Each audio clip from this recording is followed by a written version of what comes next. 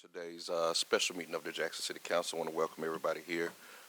As we get started, we're going to open up with a word of prayer. Then after that, we will have the Pledge of Allegiance. Now I ask Councilman Foote to do that. Ladies and gentlemen, it is my pleasure to introduce to this chambers Pastor Marie Walker of Cherry Grove Baptist Church. Just to tell you a little bit about him that I know, when I was in the March and Sunday Boom of the South, he was on the football field, and he was representing us well. And so at this time, Pastor Walker, we're in your hands. If you would, please stand.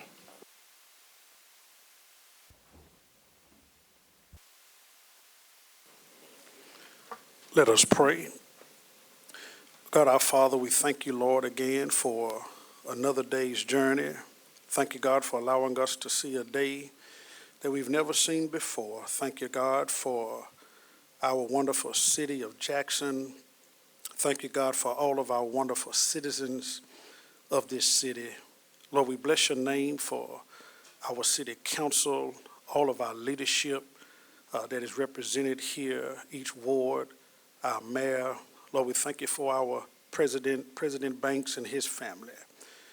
God, your word says in Luke 18:1 that man ought to always pray and not faint. God, we come before you now because we need you.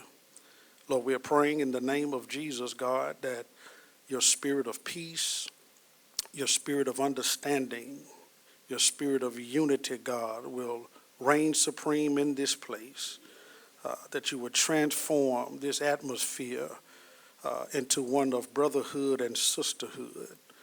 Lord, your word says in Isaiah to let us come reason together.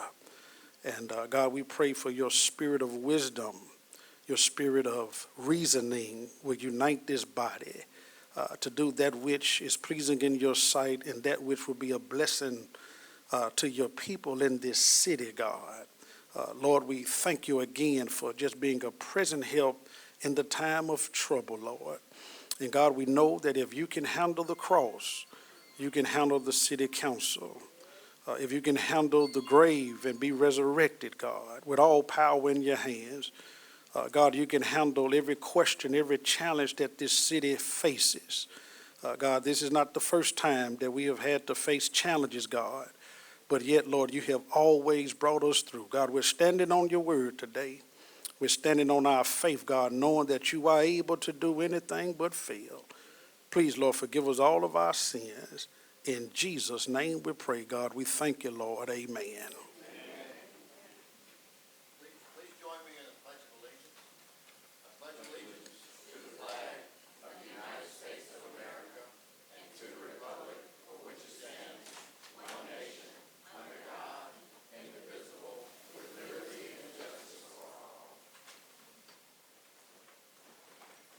Colleagues, are there any special opening comments? All right, Councilman Harley. Yes, thank you, Mr. President. Just wanted to mention during our recent trip to D.C., I managed to meet with the Secretary of Housing, Urban, and Development, Secretary Fudge, and I expressly told her of some of the needs we have for us our cleaning up our properties and maintaining our heritage and history of our areas. And we had a little conversation there, and I certainly appreciate her willingness to work directly with the city of Jackson on a lot of efforts. Thank you. Thank you. Any other opening comments? Yes, Vice President Lee. I would like to congratulate Tamika Reed, the JSU women's basketball coach, for winning the SWAC championship again. Congratulations, Tamika. Congratulations. This time we'll beat LSU. Just wanted to add that. Also wanted to do a special open this meeting in honor of my cousin Nehru Ford, who passed on last week, and we funeralized this Saturday. Any other special openings? All right, colleagues, I want to let you know I plan on following this agenda as ordered. I know that there are some things that were questionable that have been that are on the agenda, but every council member has a right to place on this agenda what he or she pleases for consideration. So with that being said, let's start with consent agenda. All matters listed under the consent agenda are considered to be routine by the City Council and will be enacted by one motion in the form listed below. There will be no separate discussion of these items. If discussion is desired, that item will be removed from the consent agenda and considered separately. So moved. Second. It's been moved and properly second on consent agenda. Are there any questions or comments? Hearing none other, all in favor? All right, item carries 6-0. Now we're down to adoption of ordinance. Ordinance of the City of Jackson, Mississippi to prohibit the award of a solid waste contract to Richards Disposal, Inc. So moved. It's been moved and properly second on this item. Any questions or comments? Go ahead, Mr. Stokes. Thank you so much. Do we have a copy of the RFP yet, Mr. President? Do we have a copy of the, RFP? I have not seen the scores or any of the things as far as the RFP is concerned, but we do. Clerk's office, do we have a copy of the RFP?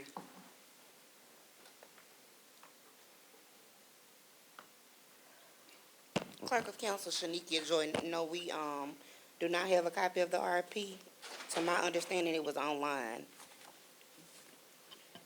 So the council got to vote, but yet we don't get a chance to see the RFP. Mr. Stokes, for clarity, you mean the scoring? The whole Or the thing. outcome, the We outcome should of have all. seen the whole thing. I believe the RFP was published on the website, but if you're talking about the outcome or the scoring that we have not seen. Well, Mr. President, Yes, sir. this is the body who got to make that decision. If we're the body who must make that decision, then we should surely have a copy that we could look at. We should have had all the facts so we can make a decision. And I'm glad you said that we have a copy of the contract. Number one, who are the bidders? Who are the bidders? Could somebody tell us who the bidders are? What, was the city attorney's office trying to say something, or was that a mistake? That was a mistake? I assume that was a mistake? Okay.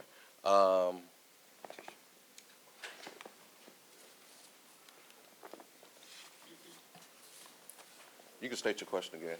Who are the bidders? Who turned in requests for proposals? And do we have a copy of the RFP?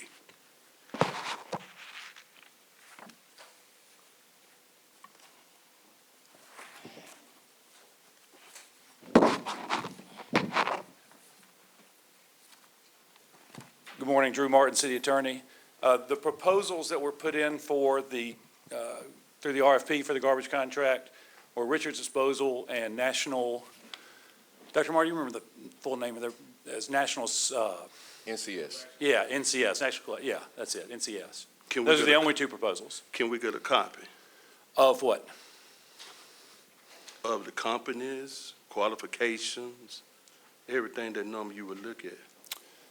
I think what you'd be looking for is the proposals themselves and the scoring to them. That would help, but we don't have anything. The answer is I'll check with the administration and see if we can release that. To the council, and Sure. we got to vote, the administration got to be checked with, instead of you as the legal Well, person I saying. don't have either of those. But I you're the don't have. legal department. Yes, sir, You but- need to straighten them when they wrong. Well, They should have been given And if the they're wrong, I council will this. tell them that, Councilman. What I'm telling you is the legal department did not prepare these RFPs. The legal department did not score the proposals. So that's not, I've seen the scoring. I have not seen both proposals. And I'd be glad to share those with the council. I just need to get copies and provide them. Thank you. Second question while you're there. Go ahead. It's my understanding that one of the companies was disqualified. I don't know if the right word is disqualify, but they did not qualify, is what I would say. They did not meet some of the technical requirements of the RFP, and they did not post a bid bond. Well, those are decisions to be made by the city council, not the mayor. City council make those decisions, not Well, the mayor. With all respect, Councilman, I'm not sure that's correct. As far as scoring the RFPs, there's a committee that looks at the proposals. I shouldn't say RFPs, that looks at the proposals, that measures those by objective criteria based on the requirements that are set out in the RFP, and scores them with weighted percentages depending on what the RFP stated in the first place. In this case, as I understand it, when the scoring committee looked at the proposals, one of the proposals did not meet some of the minimum requirements of the RFP. By not qualifying, so to speak, that meant that they couldn't win the RFP at that point. They just couldn't. They didn't have the But minimum we- requirements to do so. We all hear the separation of powers, right? I have, yes, sir. We all understand separation of powers, right? I can only speak for myself. Okay. Now, if we understand separation of powers, we know what the mayor can do and what the council can do. The mayor cannot disqualify anybody. He can make a recommendation to the council, but it's the council's decision. And I move that the company that was disqualified be put back into place. Just Have a to- motion, Mr. President. I think there's already one on the floor. Yeah, there's already a motion on the floor for the adoption of your ordinance, Mr. Councilman. Yes, sir, and I need that to go, because if we disqualify one, we need to have another we can fall back on. And that's why I move that we qualify the people that were disqualified. Well, if there's already a motion on the floor, then that one needs to be resolved before a new motion is voted on. I Well- will say that, No, we don't have a motion on the floor. We I'm have sorry, an item. an item on the floor, I We have apologize. an item on the floor, Yeah. Mr. Stokes, but just for proper procedure, what you're saying would be a whole new item. And if we're going to add an item to the agenda, then it would take a unanimous vote of this body. Well, we're not adding an item, Mr. President. We're making an The amendment. item should have already been there, never should have been removed. It have to come before this body. This item that we're voting on today, if we vote not to give Richards and they don't own the company, then who do we fall back on? We have another company, and we need to have them in place. I think that the state law is clear that if one person is voted down, what should happen is that there can be negotiations with the other. From my understanding of what I heard the city attorney say, I don't think he said that the mayor disqualified them. I think what he was saying was that their scoring was not to a suitable place based on the matrix of the RFP. I think that's what I heard him say. Yeah, They did not meet some of the minimum requirements of the RFP in order to receive a score that would be competitive. We understand that, but those decisions should be made by the city council. Under no circumstance mayor. can the Hold, council hold, make hold, that decision. Hold. On the Look. separation of powers. Let's not talk over each other. Mr. Stokes, and then Mayor, I'll acknowledge you. On the separation of powers, it's the city council's responsibility, not the mayor's. Now, if you're gonna give that mayor that authority, you can do it. But on the separation of powers, the city council, only thing the mayor can do is recommend to us. He can't tell us who we got to select. That's all he can do is recommend. All right, Mayor. Councilman Stokes, what you are proposing is that you allow for two selections to come before you and you choose between the two. It is a distinction without a difference. It is an executive function exclusively. We've been to court and we've had this cleared up for us a number of times. You can't, as the council, both put up the selection and vote on it at the same time. Hence, the word you just used, separation of powers. You can't be both executive body and legislative body at the same time. And to be clear, since you want to put it out there, and, you know, we try to stay vague with these things, but you're calling for clarity. When we talk about not meeting the minimum requirements, what legal informed us is that they were unable to secure a bond, which is a minimum requirement, $1 million bond. They were unable to prove that they could get the trucks, which is certainly something that should be concerning to us. If we issue a contract and we can't get trucks to actually pick up the trash, They were unable to prove that they had been in business in residential collections for a 5-year period or more. And that wasn't true. I'm reading directly from the document. So anybody who wants, I actually, Hey, Yeah. order. yeah, I've actually read the documents. So without question, and if you, I can put them in your face if you need to see them. But, okay, well, we can present that. We can present that. And that's not to be disparaging. What it said is, on those questions, it said we're unable to provide that at this time, but that we will look to provide that information at a later date, which there was a date that the RFP had to close. That was the exact language on each one of those questions. Drew, am I misrepresenting anything? No, those are the clarification questions that were asked, and those are the answers that I recall. Mr. Yes. President, I Well- should be able to follow up. Go ahead with your follow-up. Then Thank we have you, Another member want to be recognized. You know, because it's so easy to misstate the facts. Just a second ago, the gentleman with the legal department said they didn't have anything to do with the process. They didn't draw it up, they didn't draw up the request for proposal, anything. Now, the mayor asking him this and that. Let's get back to the facts. The mayor can't vote.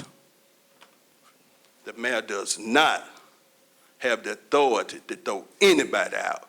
He can recommend to this council.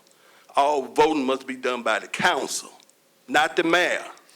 And even though he trying to talk pretty, the facts don't change. He never should have disqualified anybody. And now all of a sudden we get, oh, this wrong, that's wrong, that. None of us on this body has heard any of this. I haven't received a written nothing about nothing. So why now you coming here telling us, oh, they weren't qualified? Okay. They didn't do this, they didn't do. Where the memo saying that, Mr. Mayor? It's on its way Where, right now. it's on its way and we finna vote? Melissa went to go What get you it mean right it's now. on its way and we've been dealing with this for a year? So I'm not going to yell at you, and you're not going to. I'm not yelling at you, Mr. Mayor, I'm speaking. I ain't looked at you yet. Okay. Well, if All I right, can hey, respond, you Mr. hadn't Mayor, asked me for Mayor, any Mayor. documents whatsoever. Mayor. Right? Yeah. We have requested document after Councilman. document. Councilman Stokes, all right, I'm acknowledging Mr. Hartley at this time. Yes, and thank you for your comments there, Mr. Drew.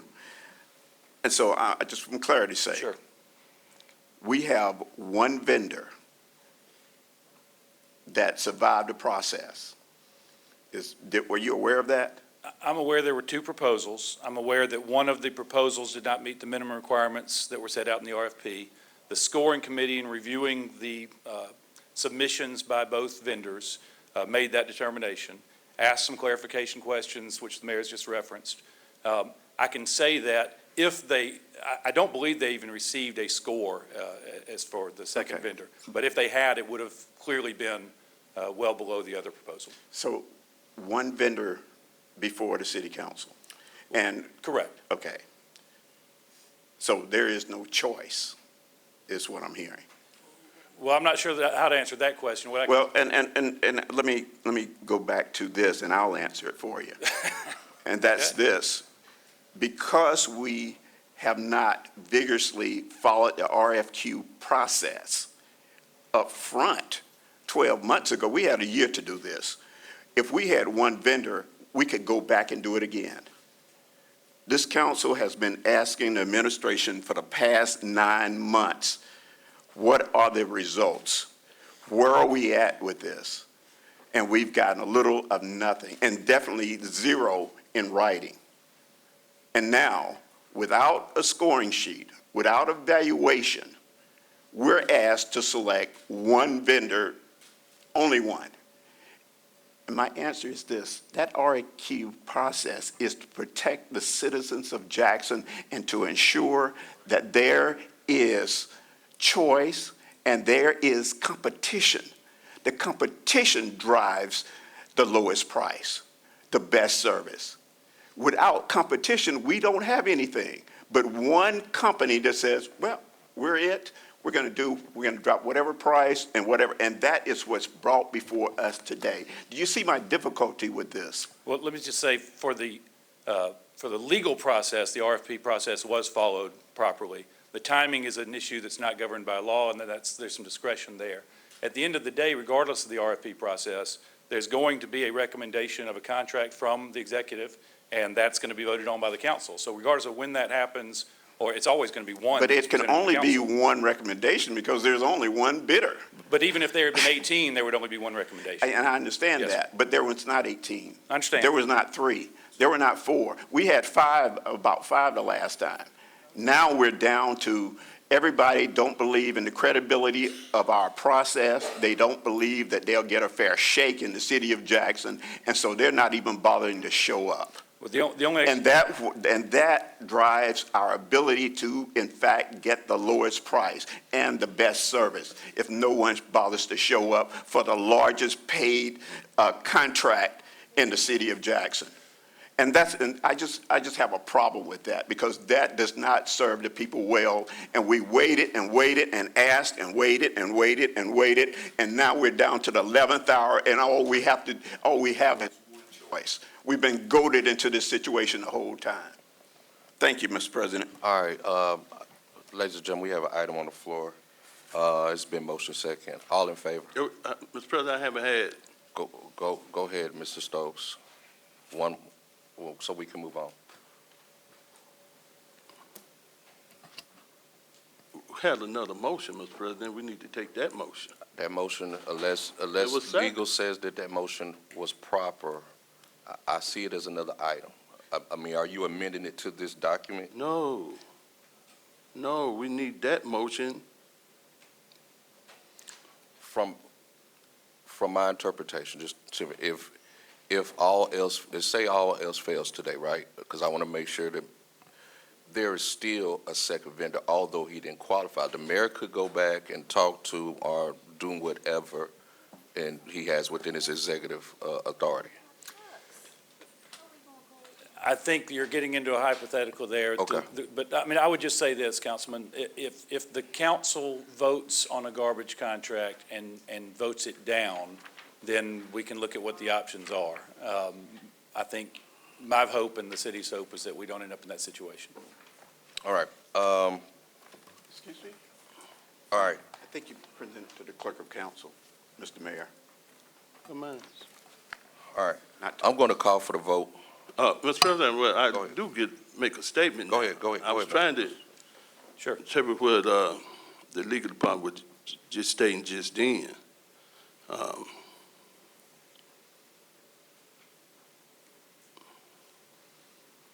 That's why, and I'm not saying anything about the legal department direction, but that's why I said we needed a firm. Because y'all see this thing was going backwards. Foot kept asking, Councilman Foot kept asking, me, not to me, not to me. What's the status? Now, back's against the wall and they trying to force you to take some else you shouldn't have to take. Or they telling you no one's going to pick up the garbage. The mayor cannot solely disqualify anyone. The council must vote. The administrator who's go cannot solely. Now, I hear people saying they ain't got trucks. Hell, Richards had trucks falling down, breaking down every day. When they had one trailer that came out the antique museum. So these people are qualified. I didn't know who they were, who they are, but they qualified to do business. Let me get to the issue that we have in front of us, Mr. President. If you have a contract must be performed. And I think legal would agree with that. I would agree with that. Yes, sir. All contracts must be performed. When you evaluate the performance, because they must be evaluated, of Richards, the performance is poor. It's poor performance. I keep saying we got a trashy city, trashy streets, trashy neighborhoods, and this city deserves better. This city deserves better. Again, time is of the essence. As Councilman Holly was just saying about the back and forth, the pussyfooting around, now we at the point in this city where they're trying to say you only got one company to choose from, and I disagree. I disagree wholeheartedly. the council should have been made aware of any and all circumstances. It's nothing when you say, well, they can't get a bond. Council members can't get bonds. It's other alternative to bonding. You don't have to go through no insurance company all ways. I said right here on this council, when they didn't give the mayor dad a bond, I was right here. Because you don't get a bond don't mean you can't go another way and get a bond. You ain't disqualifying somebody because you say, oh, they can't get a bond. Truck's bad. That don't make any sense. Smell a skunk. Smell a skunk. All right, Mayor. Yes, just out of the sake of not going back and forth and alleging that the information that we're putting forth is not true. First, to provide clarification, when the request for an RFP was initially made, the administration was consistent. We said that there was still a legal case, and we had to protect the interest of the residents. And out of an effort to be agreeable and an effort to move forward, we did it in spite of the fact that we knew not only would it cost us more money, but there were potential risks to us. And we did that, and we told you the timeline that would be executed, and we followed that. And it brought us to the point that Tori, at the time that she said we were issuing the RFP, that it would come right at this time, and that is where we are. Now, the issue of talking about it doesn't bring competition, and therefore we don't get the best price, that's quite interesting when you've been fighting for a year for a contract that is still more expensive than the one we have before you today. Still more expensive than the one you have before you today. And so once again, Councilman Stokes, this distinction without a difference, you're saying that the mayor doesn't disqualify. First of all, I didn't disqualify anybody. It was the committee that in its scoring, and it was the legal department in its review of the minimum requirements of the RFP said that those requirements didn't match. And you're saying that you don't have to have a bond. That was one of our requirements in our RFP. Our RFP process, when we started, said that you had to have $1 million bond. If a truck goes out and hits somebody and kills a family of people, then we want to know that you have the insurance to protect the city and protect the interest of people. But just because it was said that I was misrepresenting something. Question 1 and the response are set forth as follows. If you are purchasing new equipment specifically for this project, please provide evidence of your ability to purchase the vehicles.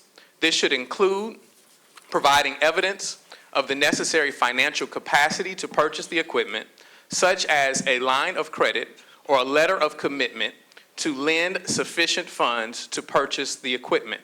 Also please provide evidence that you have any vehicles already under contract to purchase, or that you have a letter of commitment or some other option to purchase contingent on award of this contract. This was NCS's response. We have not completed the information requested. We are sending the information we have on file that includes picture of proposed truck and other certificates attached. That was the response. By comparison, Richard's Disposal, we will lease our equipment from Premier. Evidence of the necessary financial capacity to purchase the equipment as a line of credit or letter of commitment to lend such sufficient funds to purchase equipment is attached.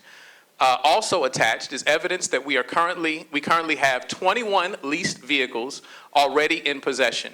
Year model 2022 and 2023. These will be swapped out for all 2024 units contingent on award of this contract. Our equipment is detached in tab 8 of our proposal. Question number 2, please indicate that if you submit a bid bond for this project, and if so, where said bid bond is specifically located in your proposal. If your bid bond is enclosed in your sealed fee proposal, please state this specifically in the response to the question. NCS's response. We have not completed this information requested. We are sending the information we have on file that includes a picture of proposed truck and other certificates attached. On January 11th, 2024, NCS followed up by email with this response. We have experienced some difficulty getting bonding and financing for the RFP as written, with number of disclaimers not favorable for potential bidders.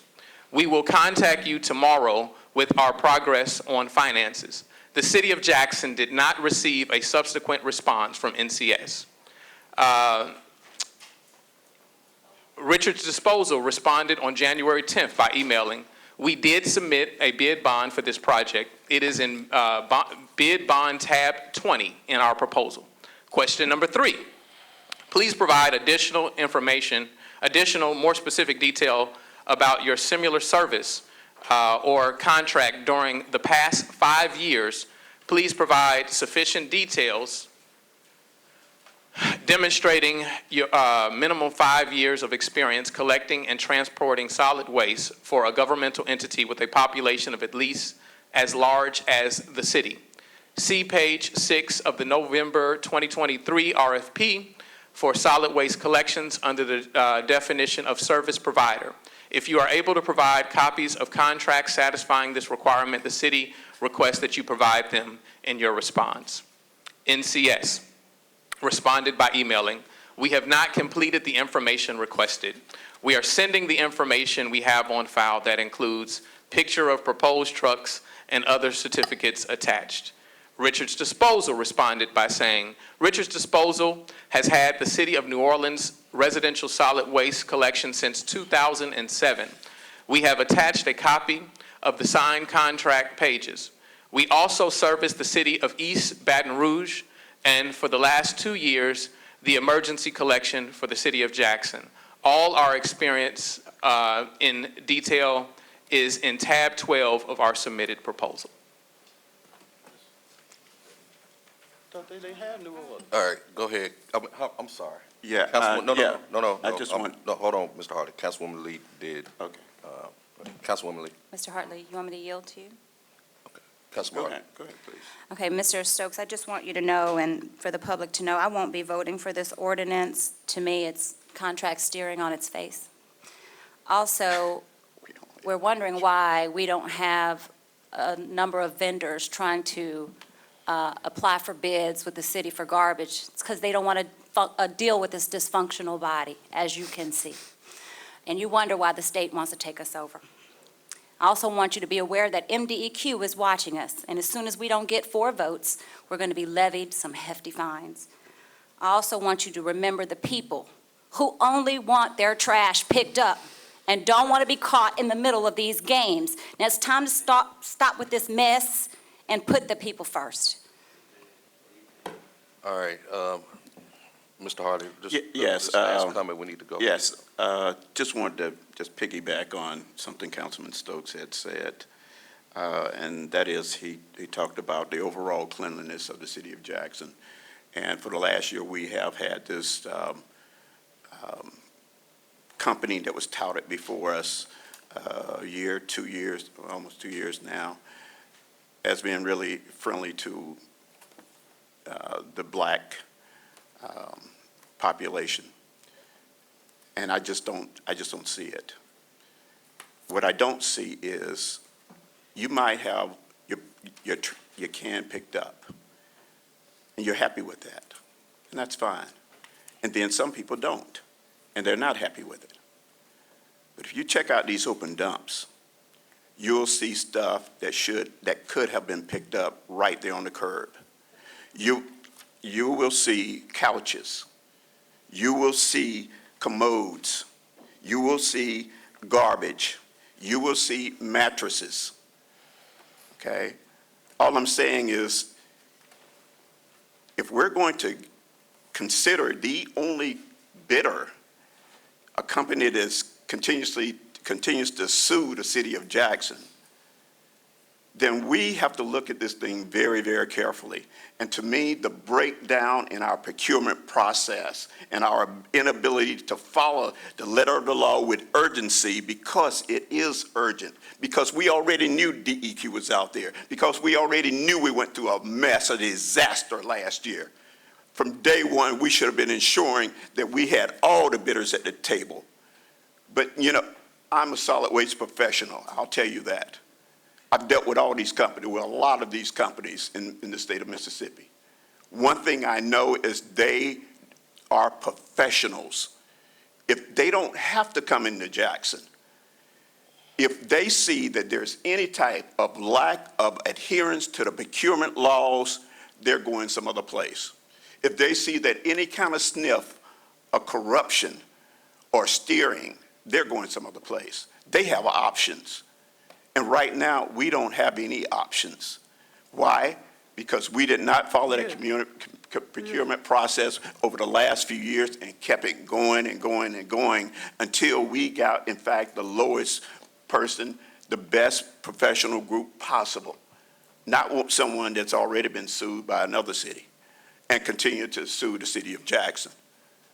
Those people, that's not support in my book.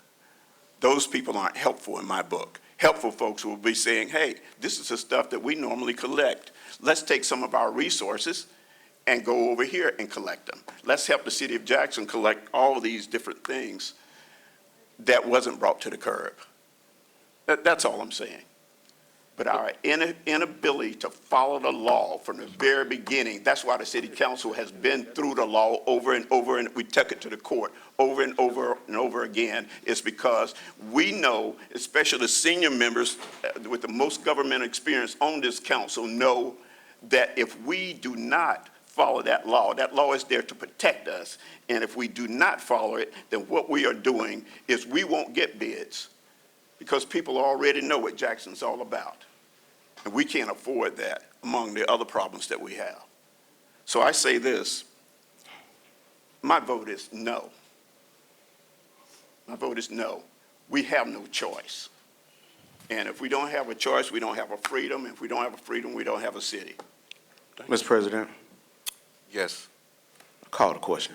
Mr. President, question's I'm reading been it. called. I'm reading this. I'm reading this. All right, you got one. Thank you. on Call your- the question, Mr. President. Thank you. I'm he- reading he has- this. He has one unread. Go get your own Robert's order now. Questions called. Thank you. Mr. President, Hold on, before, Councilwoman Lee, did you have something? No, I'll yield to Mr. Okay. Mr. Mr. President, it President, per was the stated. rule, after all council members have had an opportunity to debate, the question has been called. I'm reading this.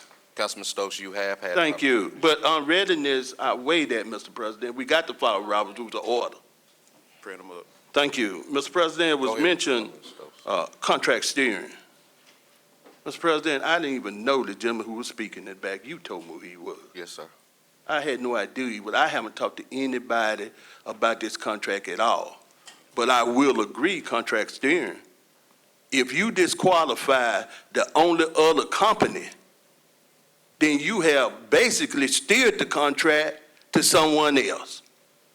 That's contract steering. And that's why I put on, before we even knew how many had bid, I put this item on the agenda because they're not qualified, Mr. President. Every ward, it ain't just my ward dirty.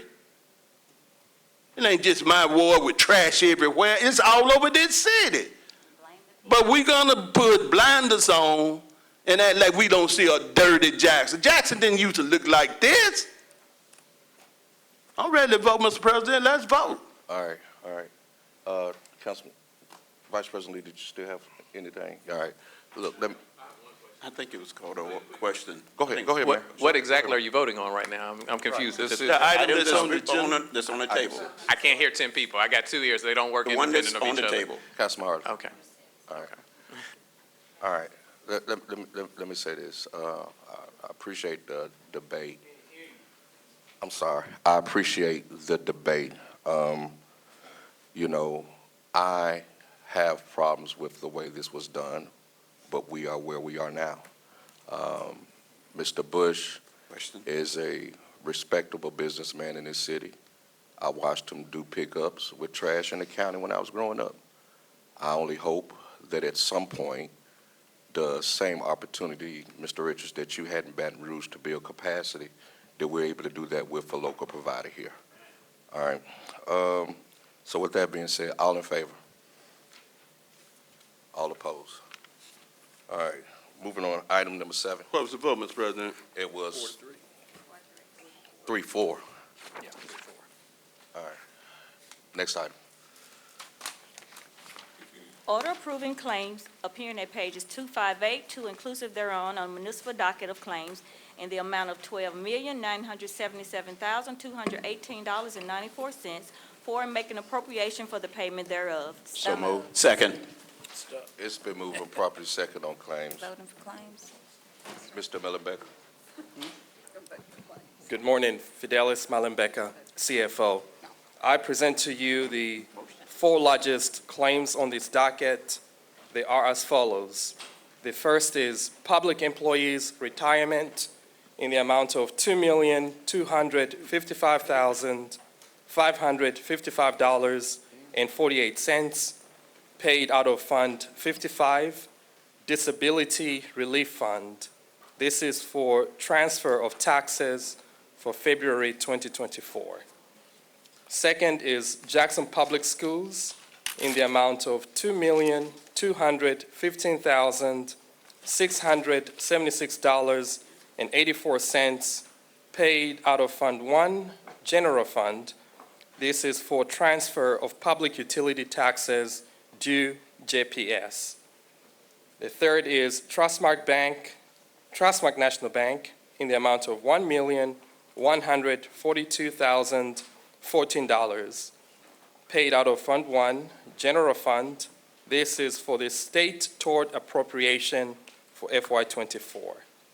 And the fourth is utility constructors in the amount of $1,091,765.54, paid out of Fund 391, APA. This is for the 48-inch water transmission line. And that's a report for the 4 largest claims. Questions or comments? Question. Yes, sir, Councilman Stokes. Doctor, we requested the summer jobs information. Do we have it yet? I haven't received it. So I know Human Resources was working on that. I know you requested the numbers going back. I don't recall if it was in the 90s. Yes, 1990 be fine. Yes, they were having challenges getting that information, but I've not gotten an update. I'll get you an update and send that to you. Yes. Councilwoman Lindsay, and then we'll come down. Thank you, Mr. President. Just for clarity, Mr. Malembeka, the last item, utility constructors, public works, could you just explain why that is still being paid by the city and not Jackson Water? Yes, so this is the project for the 48-inch water main. When we entered into the negotiations with Jackson Water, the fact that the project was more than 50% completed, they requested that that still remains with the city in terms of rendering payments. And so that's the only project that we kept. The other projects had not yet started, and that was the funding that was going to be matched by the state funds. Right, this was the only project that was underway at that time. Thank you for the clarity. All right, Councilman Harley. Yes, Mr. Malembeka, I think during the previous meeting, I had asked about population, recent population decreases, as well as revenue. Were you able to find any information on that? What I'm attempting to do is look, if we don't change and we don't do proper planning and priorities, we're going to continue to lose businesses and residents, and we can't afford to lose either for the sake of our revenue. So I think that should be an instrumental piece as a part of planning, and that's why I asked at least for some information there. Were you able to provide that information? Yes, so and this information should have come to you. The revenue data was actually shared when we did the quarterly meeting. We actually outlined, and I was looking for the budget team just to pull out that section, Right. so you can easily see that. For the population, obviously you have the census data. Okay. Right. So, but you can't pull it together in a report or anything? I mean, we can I put think that. that's what I was asking for. Yes. Thank you, Mr. Miller Beckett. Mr. President, Yes, sir, Mr. Stokes. thank you. Doctor, I think last council meeting, Councilman Foote gave a map to all council members and administration, Surplus properties, no, state-owned surplus properties. properties. Yes, sir. And I had a chance to meet with a federal agency, and they're saying the same thing, that if this is state-owned property that's abandoned in our city, the state of Mississippi ought to be tearing it down. Have you tried to meet with them to try to find out what's a game plan? Because most of the crime that's taking place in this city, and different, especially in my ward, are at these abandoned properties, overgrown lots and these kind of things. And if this is state of Mississippi property, we need to treat them to the same standards that we treat every other citizen in this city. So somewhere down the line, and I hope it'll be you, since you're the finance director, that would try to set up the meeting with the Secretary of State, the governor, lieutenant governor, whoever else, and let's get some kind of clarity as what's going to happen and what's the game plan, and give us a time frame. Councilman Foote, I don't know where he got all this information. You know, I read it, and I met with some federal people on yesterday, was saying that this is the step, this is the roadmap that the city of Jackson need to be taking to clear up these abandoned properties that we have in this city, and to make sure we can get a handle on crime. Because they are in these abandoned houses, using them as trap houses, or they selling dope out of them and everything else, and most of it's owned by the state. So are we gonna say that the state is part of the crime problem in Jackson? Or are we gonna ask them to help clear up their part of the crime problem? Thank you. Yeah, so Councilman Stokes, actually, the planning department that carries out the demolition plans did meet with the Secretary of State's office, Ms. Chloe Dotson, and Christy Metcalf. I don't see her here, but they did have that meeting. I've not received any feedback from that particular meeting, but we'll make a follow-up.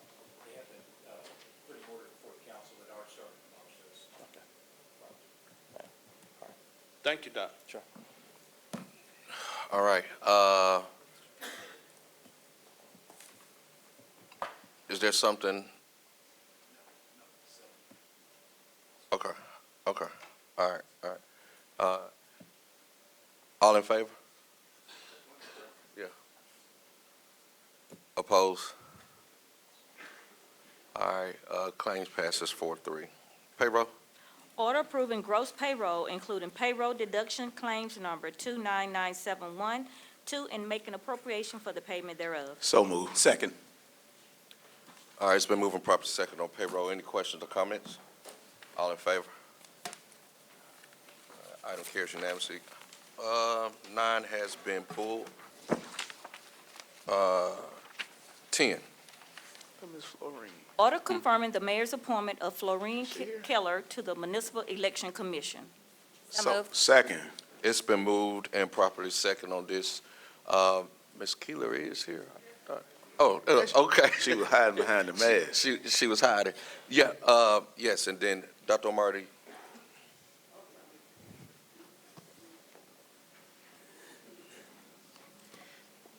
That's the lady that go house to house getting your HOA dues. Swan Lake. Good morning, Ms. Keeler. It was our pleasure. She was recommended to us for the Election Commission. It was our pleasure to meet with her and get to know more about the work that she's done in the community and how committed she is to doing an excellent job in service wherever she is. We appreciate her accepting the nomination to be an election commissioner, and we present her to you at this time. All right, thank you. Thank you, Dr. Omari. Hey. I'm fine. Turn your mic on. Press the button. Okay, how you all doing? All right. You could just introduce, I know you, but you can introduce yourself too. Okay, I'm Florine Keeler, and I am also the president in my neighborhood, and I've been there for many years. Nobody else wants it, and that's Swan Lake Homeowners, Inc. And I am also a member of the planning board. I've been on there for several years now, and I think that's all I do. Isn't it, Since right? 2017, yes, ma'am. 2017. Yes, ma'am. And this is an honor to be a part of a team that will be trying to present to the public when it comes voting time to FFO election. And that means that in the end results, we will be trying to have a fair and a free, organized election. We saw how important that is. It's very important. It's very important to vote too, and have a place to go vote. Thank you so much. I think my battery's going out. Okay. Thank you so much. Look, we appreciate you and your service. Ms. Keeler replaces the late Mr. Jacobs. 1-2 test, and which was a tragic loss, and we will miss him. And we thank you for your service. She will be able to serve on both committees still? Yeah. Okay. All right. Yes, sir. Okay. Councilman Hartley. Yeah, I just wanted to, first of all, thank you for your volunteering for your service. I know it takes a lot, especially in the city of Jackson at this time. It takes a lot of dedication and love. And so thank you from the depths of my heart for that. I do have a request for you. Okay. As you guys, and please pass it on to the other commissioners as well, as you go out and you talk to your neighborhoods, explain a little bit about the governmental process. You don't have to go into a complete civic lesson, but there's a difference between the way county government operates with their supervisors versus city government with the strong mayor, weak council form of government. There's a difference between the executive branch and the legislative branch. So some of the basic things that we can start educating our people on, I think we'll do a lot towards making sure we can continue to ensure democracy in our city. Okay. Thank you for your service. All right, Councilman Griselle. Ms. Keeler, Oh, okay. thank you again for being willing to serve. I live miles and miles and miles away from you. And the fact that I know about how Florine Keeler collects the HOA dues in her neighborhood and how serious she is about handling business lets me know that I have no reservation whatsoever with you handling our municipal elections. So thank you again, because I know you're going to do an amazing job. Okay, thank you. Big shoes to follow, step into, huh? How many miles you walk every day? She showed walk. Over 10,000. I make sure I get over 10,000. Steps? Steps, okay. And maybe about 8 or 9. So Okay. we walk on the parkway, you know, so at least when you all are still sleeping, we are finishing the 5 miles, you know, before people start working, going to work. And that's why I know our municipal elections won't have any problems. Yes. Mayor. Yes, Ms. Keeler, I stepped out for a moment, a lot going on today, so I didn't have the opportunity to introduce you before this, but just grateful for your willingness to serve. You know, Councilman Griselle, I'm not aware of how she collects those dues. We might have some other positions that we need to put you in if you're able to collect them with that level of proficiency. But we are grateful for your willingness, and I will say this, Ms. Keeler, I've seen you time and time again, and it just always bears true that the bench may be small or short, but the same people repeatedly step up in order to serve their city. And so we're grateful for your heart of service, your love for this city. So This is I where all appreciate my it. money is. All my money's here in Jackson. And you collect it, and you collect it, right? Thank you, we appreciate you. Okay, All right. is that it? All right. Any other questions or comments? Thank you, Ms. Keeler, for your service. All in favor? All right. Item carries unanimously. Congratulations. Mr. President, Yes, sir, Ms. Stokes. Liga, when we had the ward lines, Mr. Stokes, let's add that for discussion. That ain't on the agenda. well, I was tying in with Miss. Oh, you're talking of, That's something we had to discuss, but, we'll have we had some conversations, so Can we'll. we get a memo? Sure, just provide a memo. Yes, I can respond to that. The group that, and I think we'll have some more conversations here, but one of the teams that is coming, we have to talk about in executive session, about what it takes to get them prepared. All right, next item. Order appointing Glenda Cage Barner to the Jackson Convention and Visitors Bureau as Restaurant and Hospitality Association representative. So moved. You got some moves. Okay, who's the second? Second. I'm the motion. I'll take the second. Proudly. Y'all, everybody She's fighting mine, over she's who gonna have the mine. motion. Me and to second. Virgie's. She's me and Virgie's. Virgie has it. Yes. All right, so, Shanikia, I have the motion. give the vice president the motion. Now, y'all gonna have to fight on this second. My grandmother taught her, give me the second. Good morning. No, Virgie can have the second. Good morning. All right, Virgil got the second. Y'all, okay. All right, Mayor. So, everybody's fighting over you, Ms. Glenda. But who have you known the longest in this room? I'm thinking that I might be the longest. probably the longest, yeah. Exactly. So but that ends that argument. It gives me great pleasure, not only as one of our fine establishment owners. One of the things that people appreciate most about our city is the fact that we're known for our great cuisine, and also someone that I as a small boy I went to church with, and so I'm grateful for your willingness to serve. I think that you bring not only the understanding of one of our local businesses and what we need in a convention and visitors bureau, but also you bring the understanding of someone who has lived in this city for some time. And I believe you will fight for this city, fight for its interest. And so I'm grateful to put you up. Thank you very much. Thank you so much. Thank you. Any questions or comments? Councilwoman Lee. Well, Ms. Glenda, you know how I feel about you. You're a resident of Ward 2, and of course, we all know that you're the proprietor of Sugar's Place, the great soul food in downtown Jackson, who's been there for 15 years. I just want to say, without reservation, I wholeheartedly support you in this position. Thank you so much. I appreciate that. I really do. Councilwoman Lindsay. Yes, and I'm going to half claim you because your business is in Ward 7. And it is a fabulous business, and we are so grateful that you're there and you contribute to our city in a very meaningful way every day. And so thank you for stepping up to take on this important role. Thank you. It's my pleasure. Any other questions or comments? I just want sweet potato pie, but I'm ready to vote. I have your sweet potato pie coming. I'm 7. I just want to, Go ahead. I want to say thank you so much. It is an honor. I am a lifelong resident of Jackson, born and raised in Verdon Addition. I've lived here 70, soon to be 71 years, and Amen. proud to be a citizen of Jackson. This will be our 16th year at 168 West Griffith Street, across from MC Law School.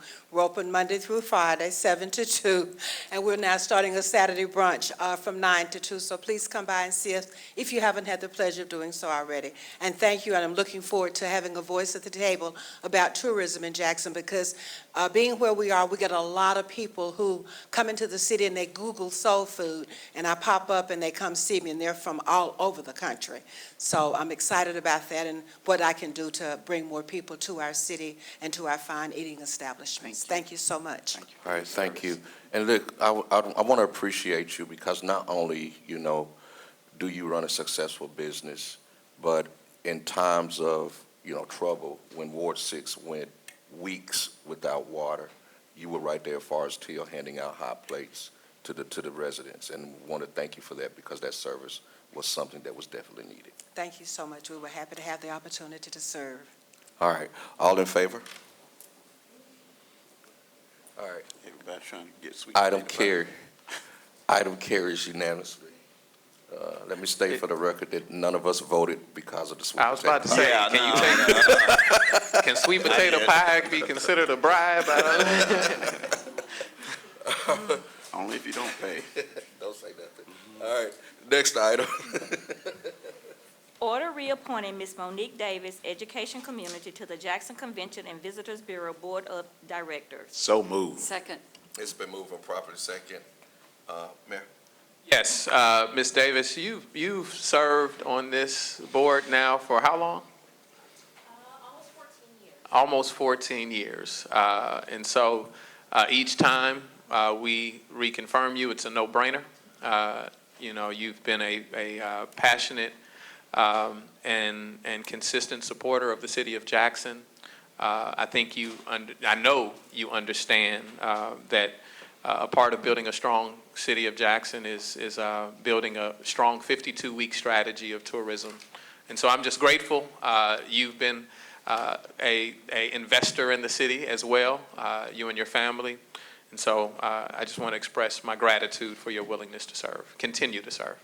Thank you. All right. Any questions? Yes, Councilman? Yes, Ms. Davis. Hello, Councilman Hartley. We go way back. We For the do. time on Raymond Road, you and your family had the restaurant, came there every day. But I really thank you for continuing to step up. We have some real issues in our education system, and I'm glad we have someone stable and consistent like yourself. So thanks again for stepping up and volunteering again. Thank you. Any other questions or comments? Yes, Councilwoman Lee? Ms. Davis, I know you very well from the education community. You've always been a proponent of good schools and quality education for students, so I know you will serve on this capacity again well. Thank you for your service. Thank you. Any other questions or comments? Hearing none other, all in favor? All right, item carries. Congratulations All right, unanimously. thank you so much. All right. Mr. President? Yes, sir. Mr. President, I think Ms. Davis and Sparner, you can't say enough about these Why you ladies. ain't say nothing before we got? Because I want to vote for both of them without saying anything. I couldn't have made without Miss Davis and her restaurant and her husband, family. And we talk about benediction. Yes, sir. And I don't tell people how often I go to Shugs and her staff, how good they are, and the catfish and everything else, because, you know, for everything. Oh, fried man. chicken, But, you know, these are some good people. They love Jackson. They love this city. They love Mississippi, and they'll do what they can to make it grow. Ms. Davis came here, I think, out of D.C. when she first came, and we thank her so much for everything her and her family has done for this city. Thank you. All right, Until later. okay. Item 13. Order authorizing the mayor to enter into an engagement agreement with MSC and Associates to provide monies, funds, and recovery services on behalf of the city of Jackson. So moved. Second. Okay. All right, it's been moved and properly second on item 13. Who was that? Okay, it's been moved and properly second on item 13. Question or comments? Yes, Councilwoman Lindsay. Yes, thank you. This was one of the items we had some questions about yesterday, Mr. Malinbecker, and because of your travel delays, you couldn't be here. You know, my first question is, do we have any idea how much this might be? Are we truly just, you know, shooting in the dark? Yeah, so Fidelis Malinbecker, CFO.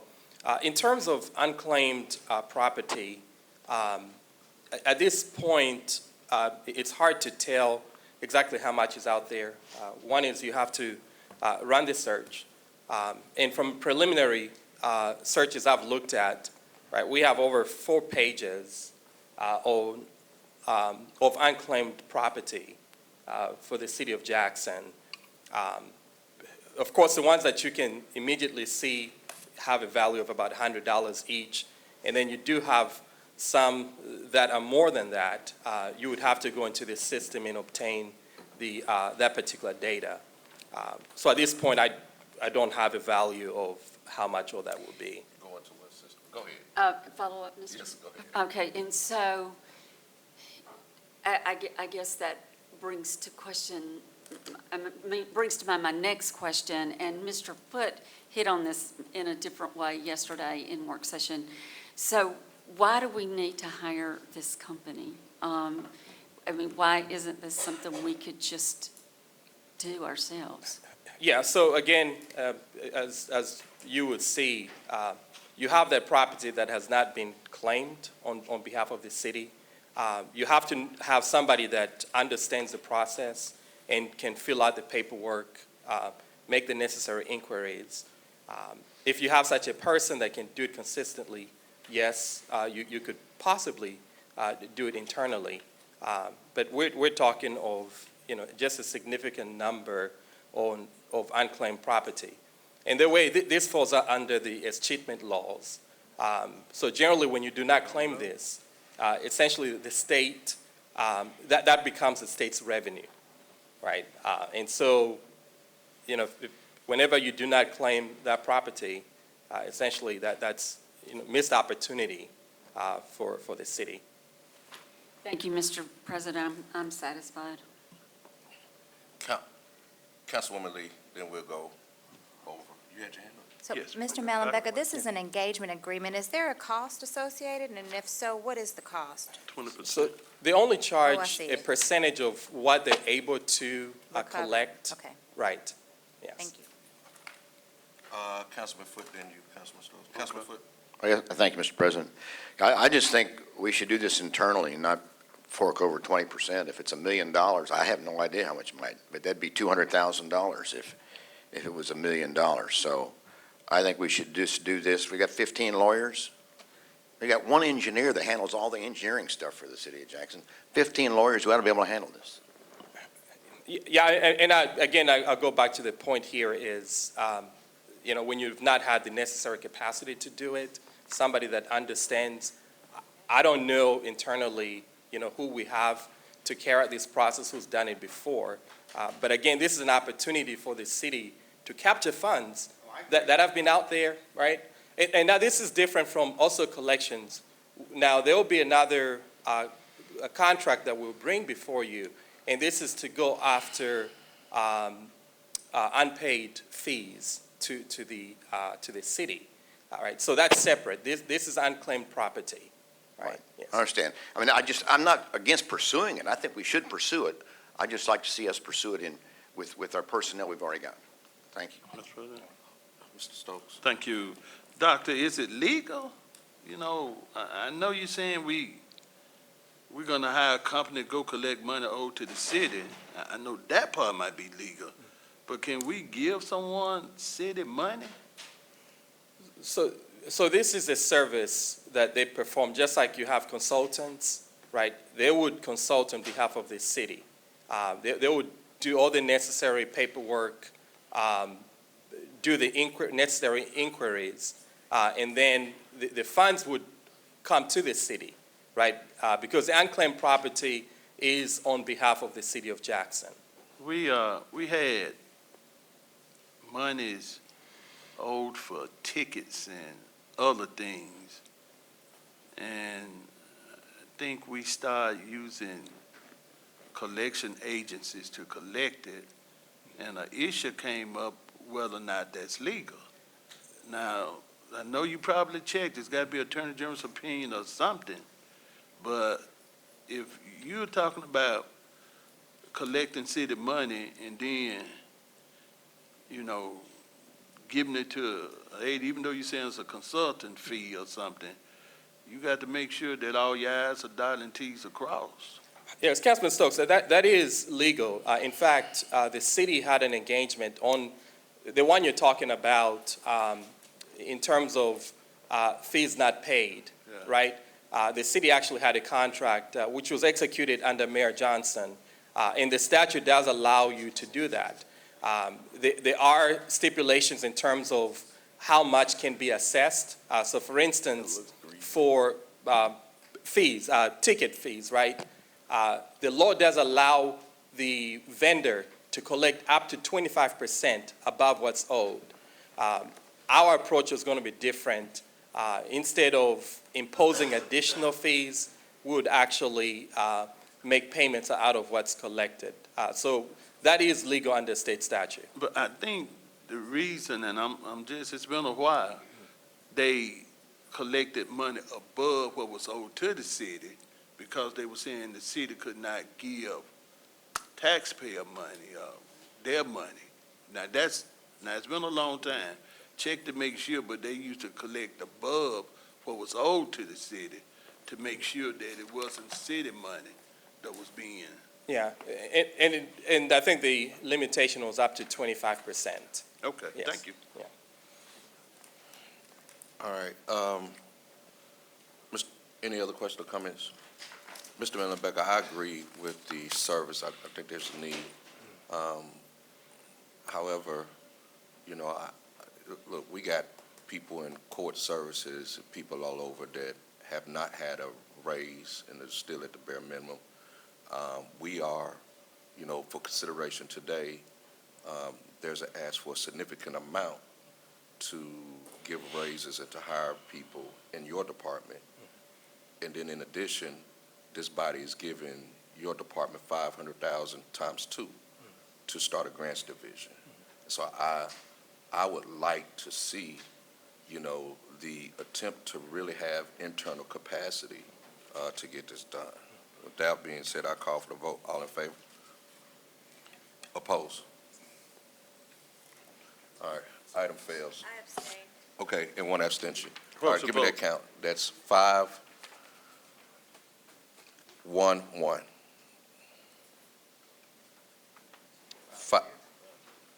I'm sorry, 1-5-1. Need some more coffee. 1-5-1. You got it? All right. 14, we'll bring back later. Let's go to 15. Order amending the fiscal year 2023-2024 budget of the Department of Administration. So moved. Second. It's been moving properly second on this item. Questions? Yes, Councilman Stokes? thank you so much.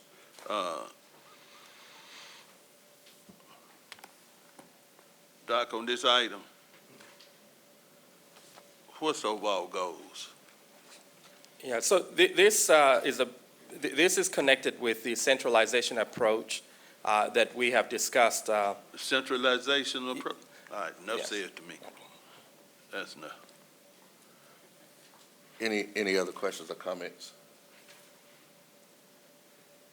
Hearing none other, all in favor?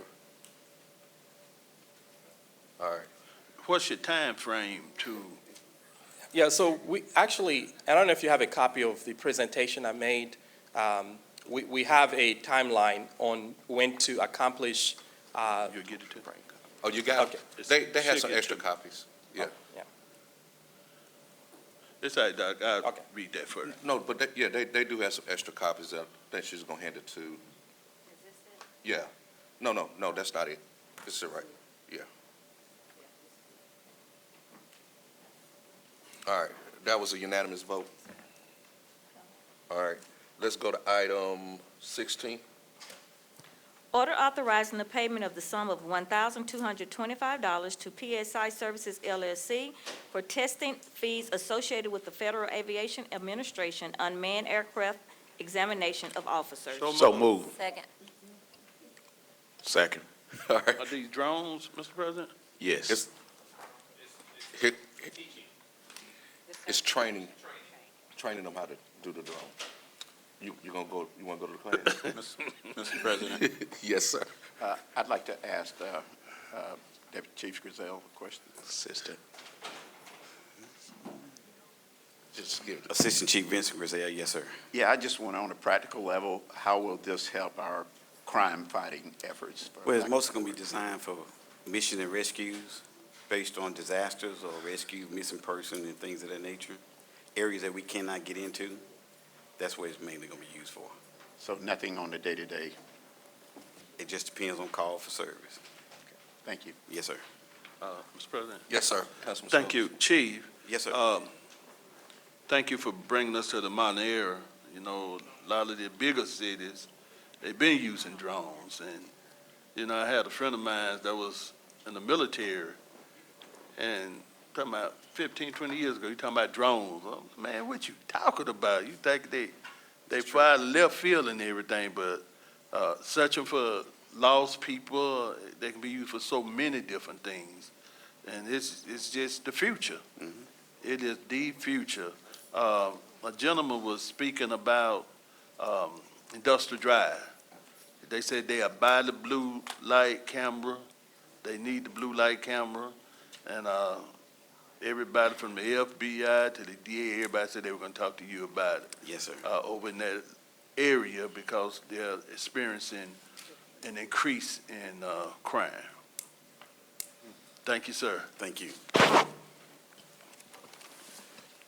All right. Any other questions or comments? All in favor? All right, item carries unanimously. All right, next item. Order accepting the quote of Quality Recording Solutions for equipment and software related to 911 recordings with playback availability. So moved. Moved. Second. It's been moving properly second on this item. Any questions or comments? All in favor? Item carries unanimously. Next item. Order accepting the bid of Kirk Auto World, Inc. to purchase 2022 to 2025 police pursuit vehicles for 12 months to be used by the City of Jackson Police Department, bid number 0710002000624. So moved. Second. It's been moving properly second on this item. Any questions? Question. Yes, sir. Chief, why we can't use, dealerships out of this community? Well, because of the Assistant Chief Vincent Griselle again. Yeah. Because of the PPV, some dealerships do not have state contract. They didn't buy into the state contract bids for the pricing. So we had to put it out there for those who we can purchase state contract vehicles that's already on the ground. Thank you. Yes, sir. All right, any other questions or comments? Hearing none other, all in favor?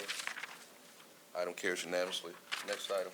Order amending the March 29, 2022 order authorizing the mayor to execute a memorandum of understanding between Russell C. Davis Planetarium and Storage Max for lease of a storage unit to include the substantial provision of the rental agreement and authorized payment of $822.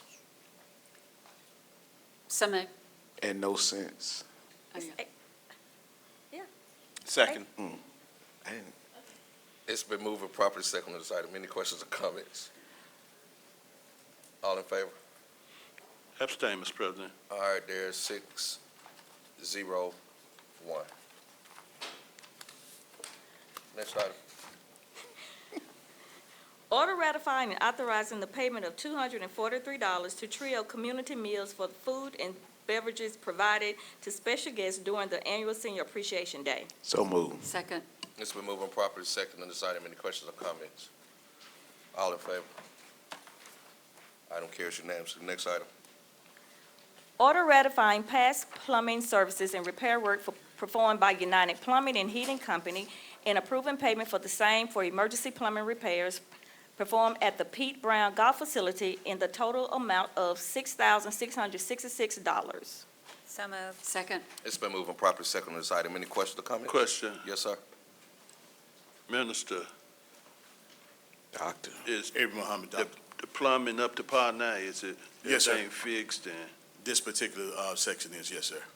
how's the golf course as a whole? Is the greens, I know we're coming out of a bad winter and everything, and are the Yes, sir. greens we ju- puttable? Yes, sir. We just purchased, out of the remaining grant funds, a new greens mower, which is going to allow us to better take care of the greens. The golf course in itself altogether is coming along well. You can ask the golfers. So cutting season and everything we're doing with that, with the new blower, the new greens, as well as one of the tractors that we're bringing from park maintenance, switching it out, that's going to give us everything we need to keep the course taken care of.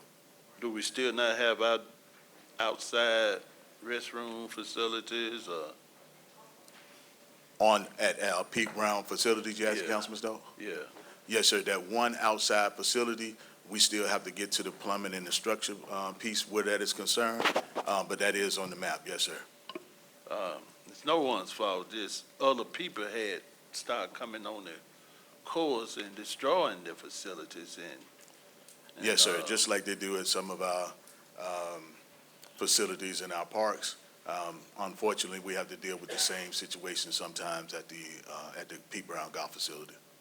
Have you made your final determination about Mary Jones Center basketball court, where you can put goals? Yes, sir. Backup, Dr. Reed and I, we spoke. We was going to be speaking with you because from my understanding, I think the request was made maybe a year or two ago for them to be taken down because of some activities that was taking place.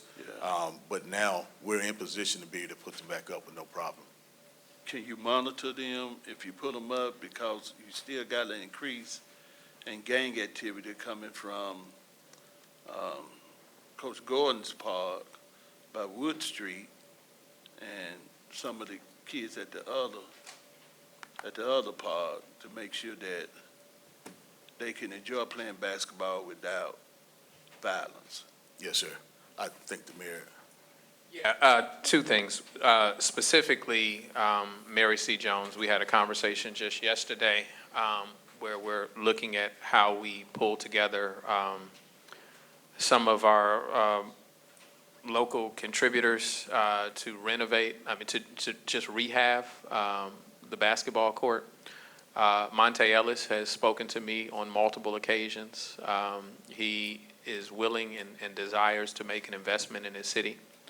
And so we are looking to tap him, and we figured that if he was going to start with a course, he'd probably want to do it in Georgetown. So we're planning on following up with that conversation. Now, I know that this has been debated. Different strategies have been employed over time where you have certain activity, you take down the goals. But the flip side of that is that when you don't leave the goals there, then it leaves less for young people to be engaged in, and the likelihood that they may fall or get involved with the gang activity then exists on the back end of that. So we think at the end of the day, we need to have goals up. We need to have courts and opportunity. We just need to better monitor the environment to make sure that they're safe. And down the street, Mr. President? Go ahead. Down the street, the Emmett Till Park, the goals are up. And they very seldom have any major activity. You got apartments there and everything else. And where they have torn down Jackson Hines, it really look like it's all part of the park. Yes, sir. Thank you, Mr. President. All right, thank you. Any other questions or comments? All in favor? All right, item carries unanimously. Next item.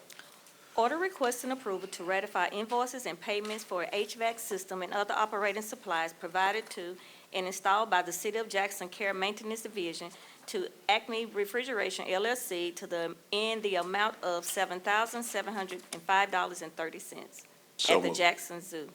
So moved. Second. It's been moved and properly second on this item. Any questions or comments? Hearing none other, all in favor? Item carries unanimously. Next item. Order requesting the approval of professional services from Clear Cut Forestry Mulching related to the cutting, removing, and clearing of debris at Livingston Park. So moved. Second. Sorry. It's been moved and properly second on this item. Any questions or comments? All in favor? Item carries unanimously. Next item.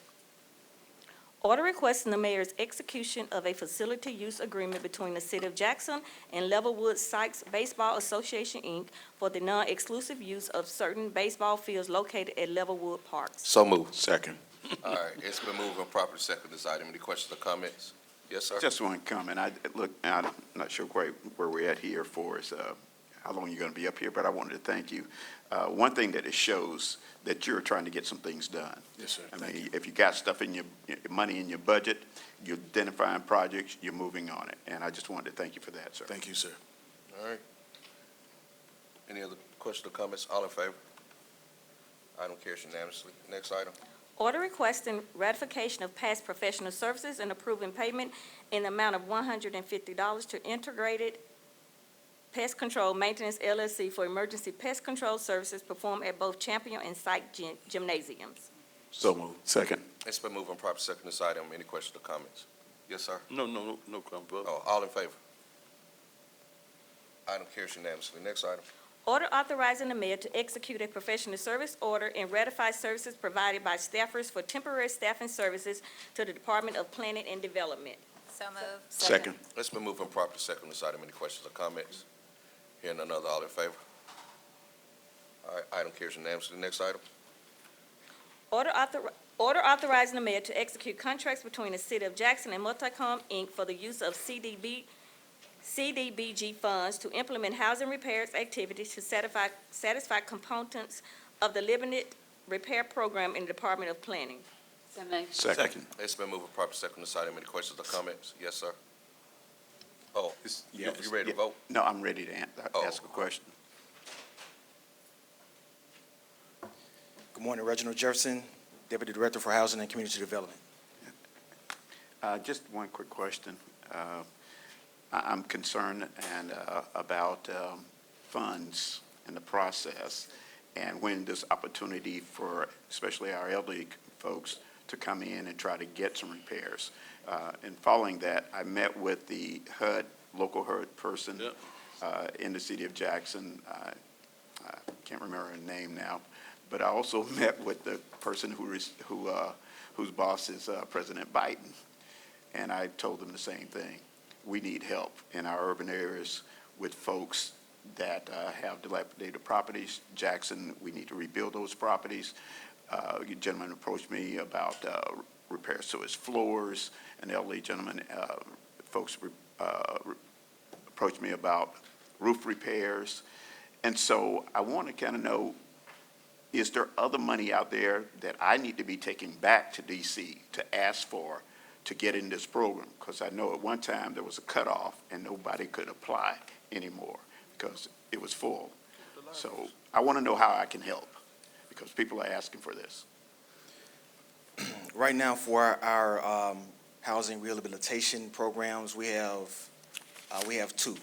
So the one that is presented to you right now, the CDBG Limited Repair, and we also have, through our LEAD program, a Healthy Homes Production Grant. With both of those, there is not an age limit, but now those spots are full as far as the number of residents who have applied right now, and there are limited funds. So at some point, we have to cut off the application intake process so we can process the applicants that we do have and to make sure that those funds are available.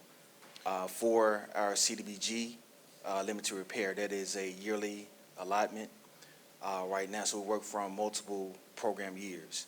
Now, we do have, of course, a certain amount of time to spend said funds, so we want to get to the older program year funds first before we get to the newer years. So for certain pots of money, we do have to go ahead and spend that before that time runs out. Okay, and how much money do we have in these programs? Do you know? I don't have the numbers in front of me right now, but for our CDBG limited repair, when we account for all the program years that are active, I have roughly 1.3 million. And so if we can get some more, then we can have more opportunity to provide it to more citizens, especially the elder. Okay, and another question I have here. The local HUD person or the federal building mentioned something about us sending back money in the lead program or not accepting it. Do you know of anything like that? That was a long time ago. No, I know that she mentioned that it was somewhat recent. Are you aware of anything like that? That was before I got here, so I am aware of it, Okay. but I'm not aware of the details. Okay, she seemed to think that it was something that we possibly could turn around, but I'll follow up on that. Thank you, sir. Thank you, sir. I will say that a while ago, I did get that representation from someone within the regional division. When checking with Chloe at that time, we were unable to really get to the bottom of what funds were being suggested at that time that we were leaving on the table. I tried to inquire to get some clarity, but was unable to find it at that time.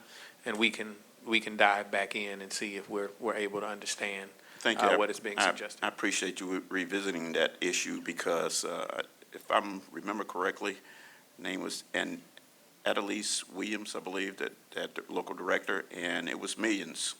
And she, she said she had some personal frustrations even now because we did not follow up to make sure that money stayed on the table. And so if you don't mind following up on that, I'd appreciate that. Thank you, sir. Any other questions or comments? All right, colleagues, I need a motion for an amendment in the first whereas, where it reads $1,019,027.86. I needed a motion to amend it to read $1,019,727.86. Second. All right, it's been moved and properly second on the amendment. You had, the number is right, but the wording was wrong. So just, yeah. All in favor of the amendment? All right, it's been moved, the amendment, now you have the item on the floor with the amendment. Any other questions or comments? All in favor? All right, item carries. Next item. Order authorizing the mayor to execute a memorandum of understanding between the City of Jackson and the National League of Cities Institute Southern Cities Economic Inclusion Initiative. So moved. Second. It's been moved and properly second on this item. Any questions or comments? All in favor? Item carries unanimously. Next item. Order authorizing the mayor to apply for a grant with the Mississippi Department of Environmental Quality to fund the Environmental Services Center, a permanent household hazardous waste collection site. 29. 29. I'm It's sorry. okay. Order ratifying procurement of parts and repairs from various vendors and authorizing payments to said vendors from the Department of Public Works. So moved. Second. It's moved properly second on this item. Any questions or comments? All in favor? Item carries unanimously. Item 30. Order authorizing the mayor to apply for a grant with the Mississippi Department of Environmental Quality to fund the Environmental Service Center, a permanent household hazardous waste collection site. So moved. Second. It's moved and properly second on this item. Any questions or comments? Yes, sir.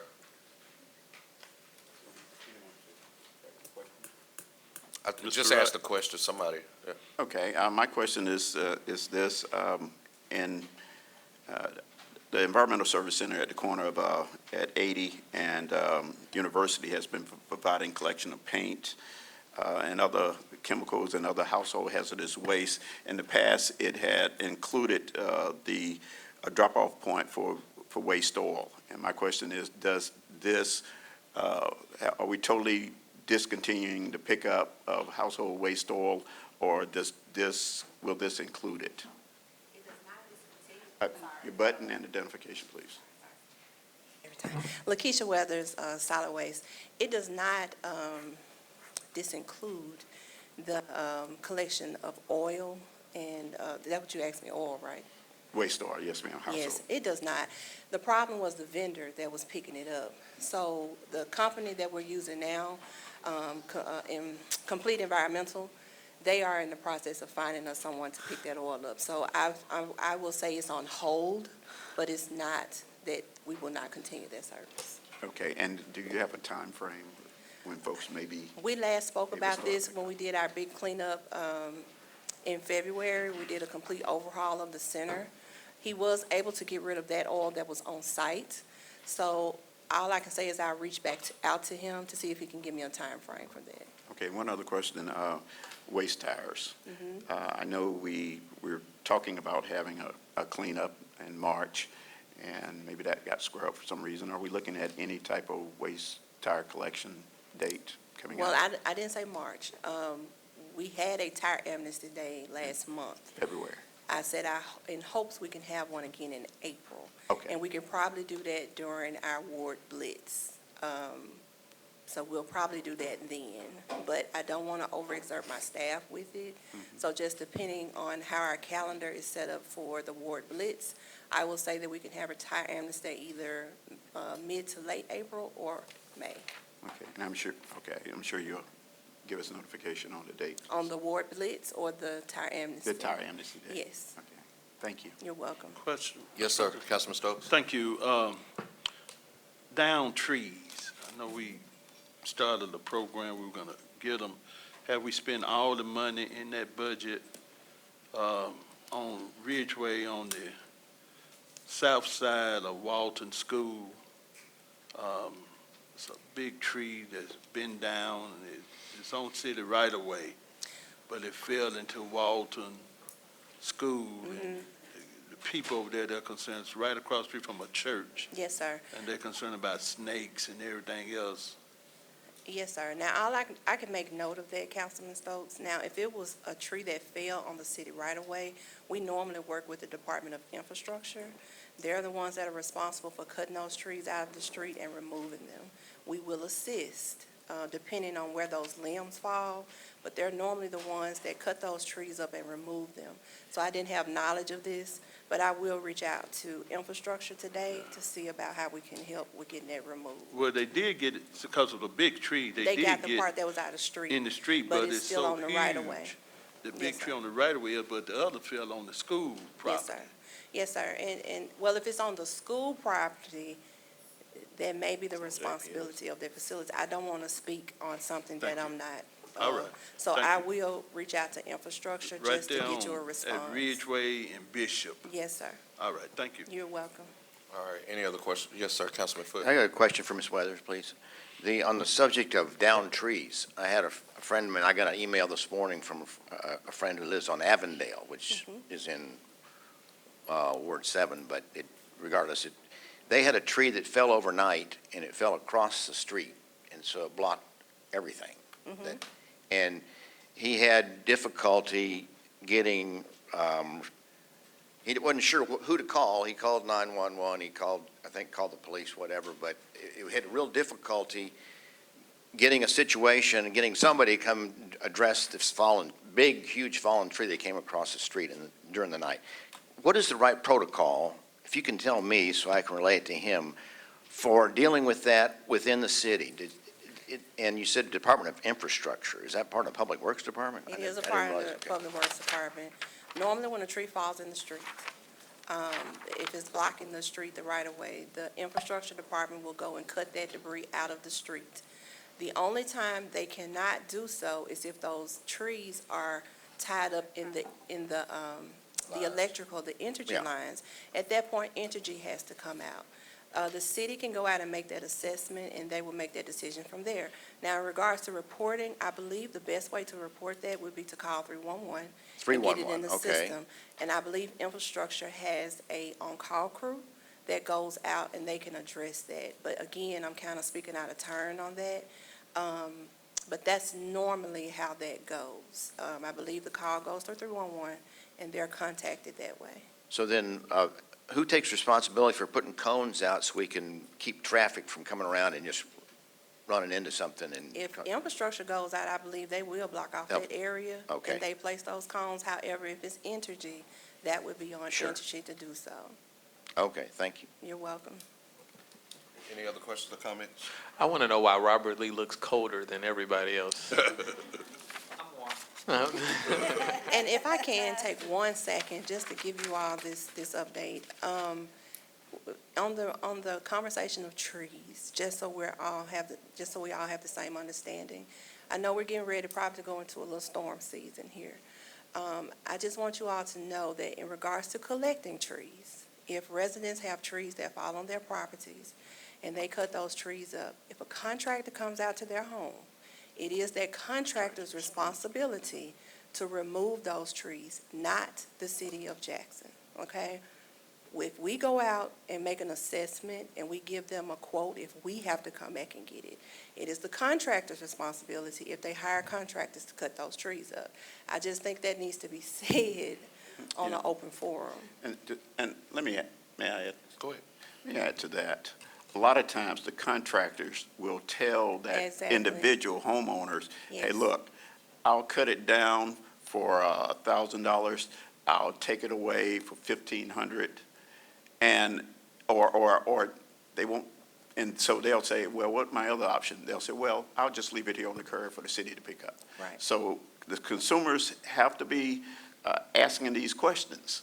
Right. Because if not, they're going to incur that price. Right, And the and- contractors need to be honest with folks. Right. That this is not the city's responsibility. And Thank we you. are sending out now, did you know, notices for the public, just to get that information out there, because so many are unaware. But yes, I just want to say that on an open forum, since we brought up the subject of trees. Thank you. Ms. Weathers and Mr. Lee, since we are on the verge of going through some, storm season and then hurricane season, can we get an assessment of limbs that are overhanging streets that are at risk when those storms come? Like, for example, Lake Shore Drive, Forest Hill Road, you have a lot of limbs that look like they can fall tomorrow if just a little wind comes through. Yeah. Oh, yes, sir. No, I just wanted to add a point to this whole storm thing, but I wanted her to be able to respond if need be to what you said, and then I can add what I have. I mean, it's just people that are driving down Lake Shore, Forest Road, some of the other streets, especially rural streets within the city, those limbs that are overhanging that are at risk, especially, when energy might cut one side and then the weight is on the street side. Is there any way you could do an assessment to go ahead and see what may need to be done to make sure that that's not a risk? I'll get with our new infrastructure manager, James Caldwell, to kind of put that into place and try to assess our trees, particularly on the kind of your South Jackson open ditch streets where the trees are, a lot more plentiful than in other parts of town. Thank you, sir. Yes, sir. Yeah, I know there was mention made of 311. I just want to notify the public that 311 is not a 24-hour answering service. It's between 8 and 5, and so I just don't want anyone with an emergency to call 311, find themselves frustrated because there's no response 24 hours. So 8 to 5, 311 is available. And Monday through Friday, yes.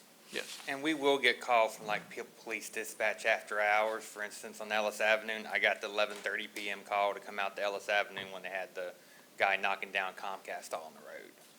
So after hours, non-emergency dispatch, and they will get a hold of us, and I tell them, if all else fails, calls me.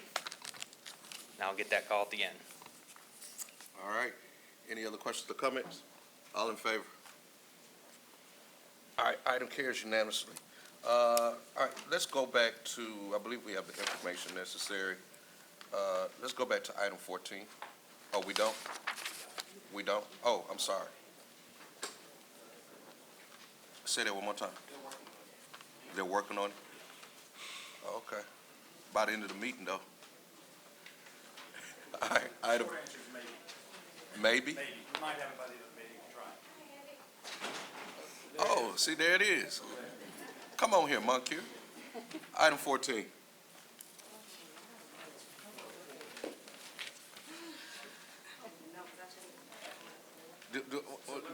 Do we need to give you a chance to catch your breath? Well, let me say this first, and I'm going to ask Sandra to stay up here with me. So item 14 will need to be amended regardless, because we Okay. have a new, we prepared a new order for it. So, Drew, How do you want to proceed? let's go ahead and get on the floor. Hold on, talk to me. Shanikia Jordan, Clerk of Council. If we could wait, we need to make copies for the council. Okay.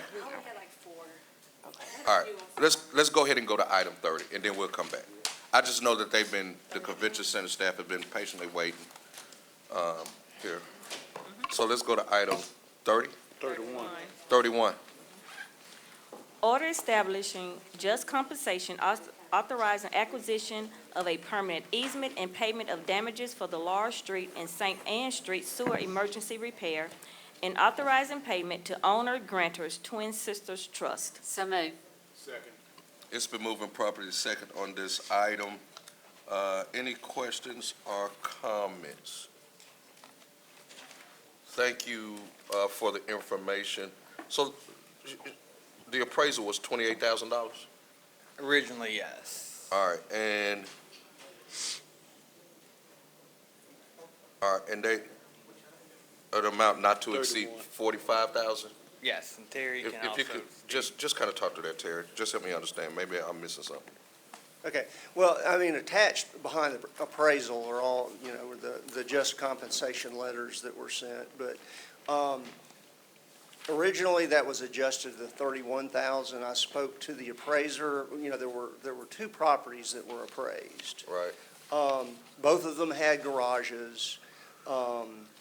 They were similar garages, and for some reason, the, appraiser applied one amount per square foot to one garage and a different one.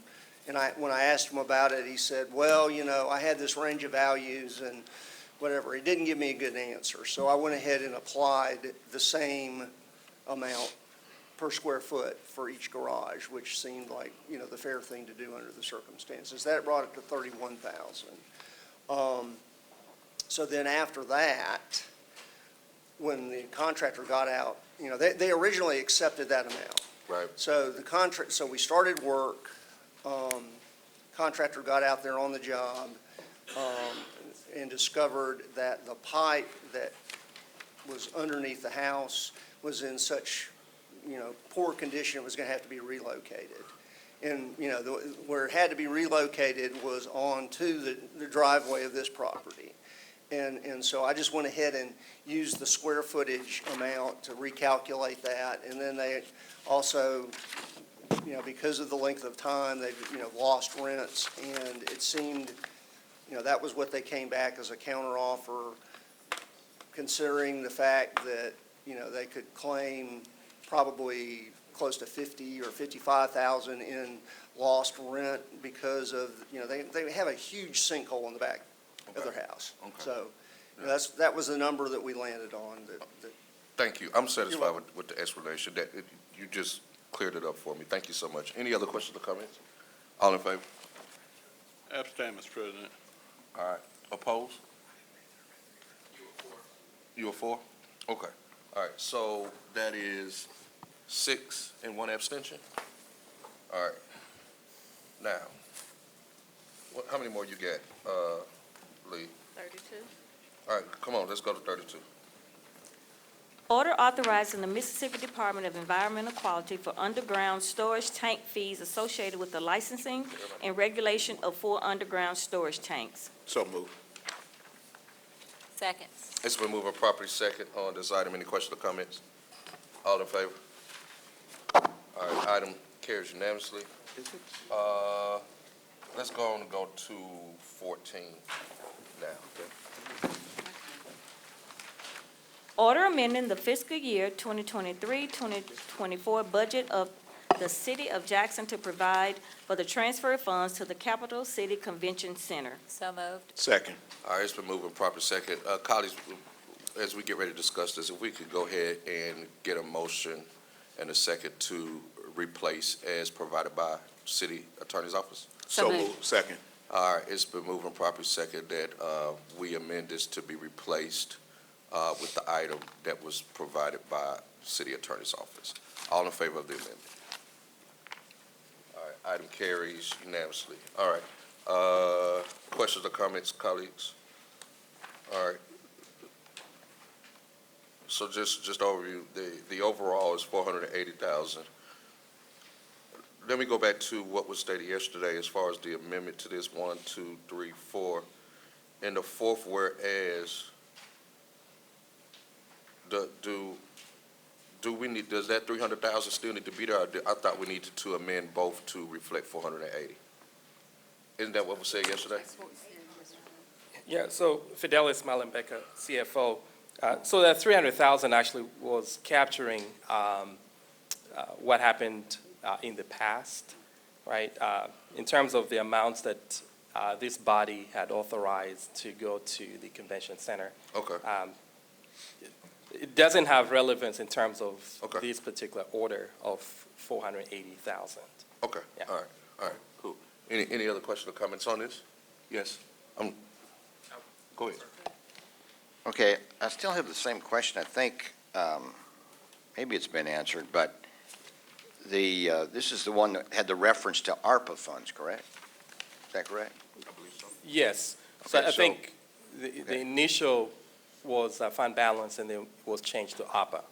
So how much ARPA money is still out there either in our accounts or accounts we can access? It's approximately 2 million, after you had initially, made ARPA money available to the fire department, and then there was, a later clarification from the federal government that it could not be used. It created a balance. That's approximately 2 But million. couldn't be used for the fire department? Yeah. So this is, how much of this, is all of this money ARPA money? The 480 is ARPA money. And so that leaves additional money still out there in ARPA accounts for where it's appropriate or Yes. legal to do? Okay, thank you. Mr. Bell, back, if you just provide a memo to the council on what's left, as far as ARPA is concerned, and what's been spent, so that way we'll have clarity in the future. I just want to take the opportunity, the council members that were here for the work session had the benefit of hearing Cherie's presentation.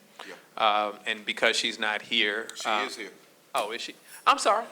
You're in the middle of everybody. I didn't see. I was actually complimenting you. I just want to express our gratitude for your leadership.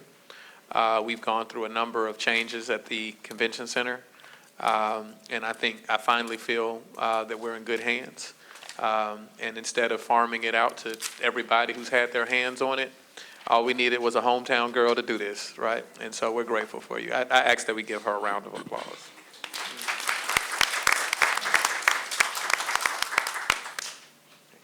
All right, any other questions or comments?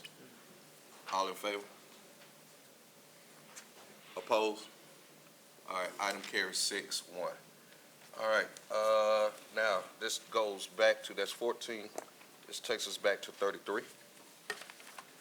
Order authorizing the mayor to execute supplemental agreement number 2 to the preliminary engineering services contract with Neil Schaefer, Inc. for the Medgar Evers Boulevard Raised Grant Project. So move. Second. It's been moved and properly second on this item. Any questions or comments? Yes. Yes, sir. Mr. Lee, what's the status of the overall project? When will we see dirt being moved? Are there any plans to extend from Ridgeway to Sunset to Northside Drive? Robert Lee, city engineer. So let me go kind of reverse order. From Sunset to Medgar Evers, that was one of our MPO applications when we did the MPO applications back last month. So we put out an MPO application for that. The section from Sunset down to Ridgeway, we're still looking at options for funding because that's more of a reconstruction project because you got the water and sewer under the road compared to the 4-lane section up by St. John's Church where the water and sewer is out in the shoulder. The Raised Grant section, we're about to submit the 90% plans, hopefully in the next 30 days. That's the office review. And that's your next to final review by MDOT and Federal Highway Administration. Once any comments from that are taken care of, and once 4 little slivers of land for the bus stops are acquired, then MDOT will give us the green light to advertise for bids. Probably still about 3 months, maybe 4 months away from getting that piece of paper allowing us to advertise for bids, but we're almost at the finish line on the design on this. Thank you. All right, any other questions or comments? Yes. Just requesting before we get to 34, because I anticipate that'll take some time, can we take 35 and 36 after this? Sure. Go ahead. This is not on this topic, but Mr. Wright, one of my Tougaloo signs, not the one that we repaired, the other one across from it is not lighting up. Can you see about how to get that illuminated? All right, any other questions or comments? All in favor? Item carries unanimously. Let's go to 35. Order authorizing payment of $65,728.54 to Jamal Clark as full and complete settlement of property damage claim number and no admission of liability. So move. Second. It's been moved and properly second on this item. Any questions or comments? Hearing none other, all in favor? Item carries unanimously. 36. Order authorizing the payment of attorney fees on behalf of the Jackson Police Officer Rakasha Adams in the matter of the estate of Crystalline Barnes deceased versus the City of Jackson. Albert Taylor in his individual and official capacity, Rakisha Adams in her individual capacity in United States Federal District Court, Southern District of Mississippi, Civil Action Number 318-CV-644-CWR-LGI.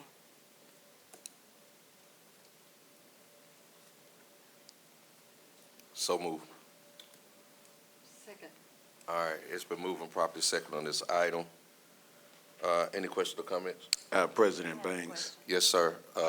Councilman Griselle? because I was a civil service commissioner dealing with this case at the time, it was in civil service, I hereby recuse myself.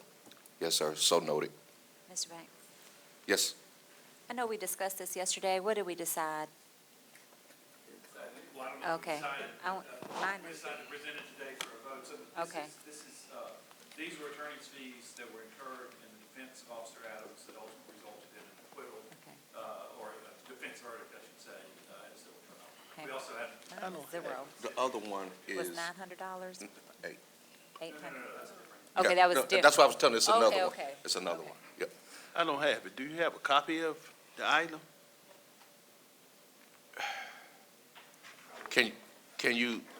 Can he cover the highlights without, Yeah, that's. are you able to cover the highlights without us having to go into executive? The highlights are as simple as this. We had to hire independent counsel to represent our two officers because there was a potential conflict of representation between defending the city on the one hand and the two police officers on the other hand. This is an officer shooting. Michael Corey's firm represented Officer Adams. As I said, Drew, they can't hear you. I'm sorry. Oh, I'm sorry. My light was off. I apologize. Let me start over. This was a civil case that originated from an officer-involved shooting that involved someone dying. Our office represented the city. We hired independent third-party counsel to represent the two officers. Ultimately, the case was litigated very heavily and resulted ultimately in a trial and defense verdicts in favor of the city and both officers. So Michael Corey's firm is who represented Officer Adams. These were his legal fees for that representation. We good? All right. All in favor? Opposed? Abstain. All right, that is 5 and 1 abstention. All right, let's go ahead and get these discussions out the way. Councilman Banks, I can tell you that number 40, that was our litigation item, we can withdraw that. Okay. We won't need a discussion item for that. All right, thank you. 37, thieves and dope boys. Thank you, Mr. President. Mr. President, one of the best secrets in this city is the Industrial Drive business community. Yes, sir.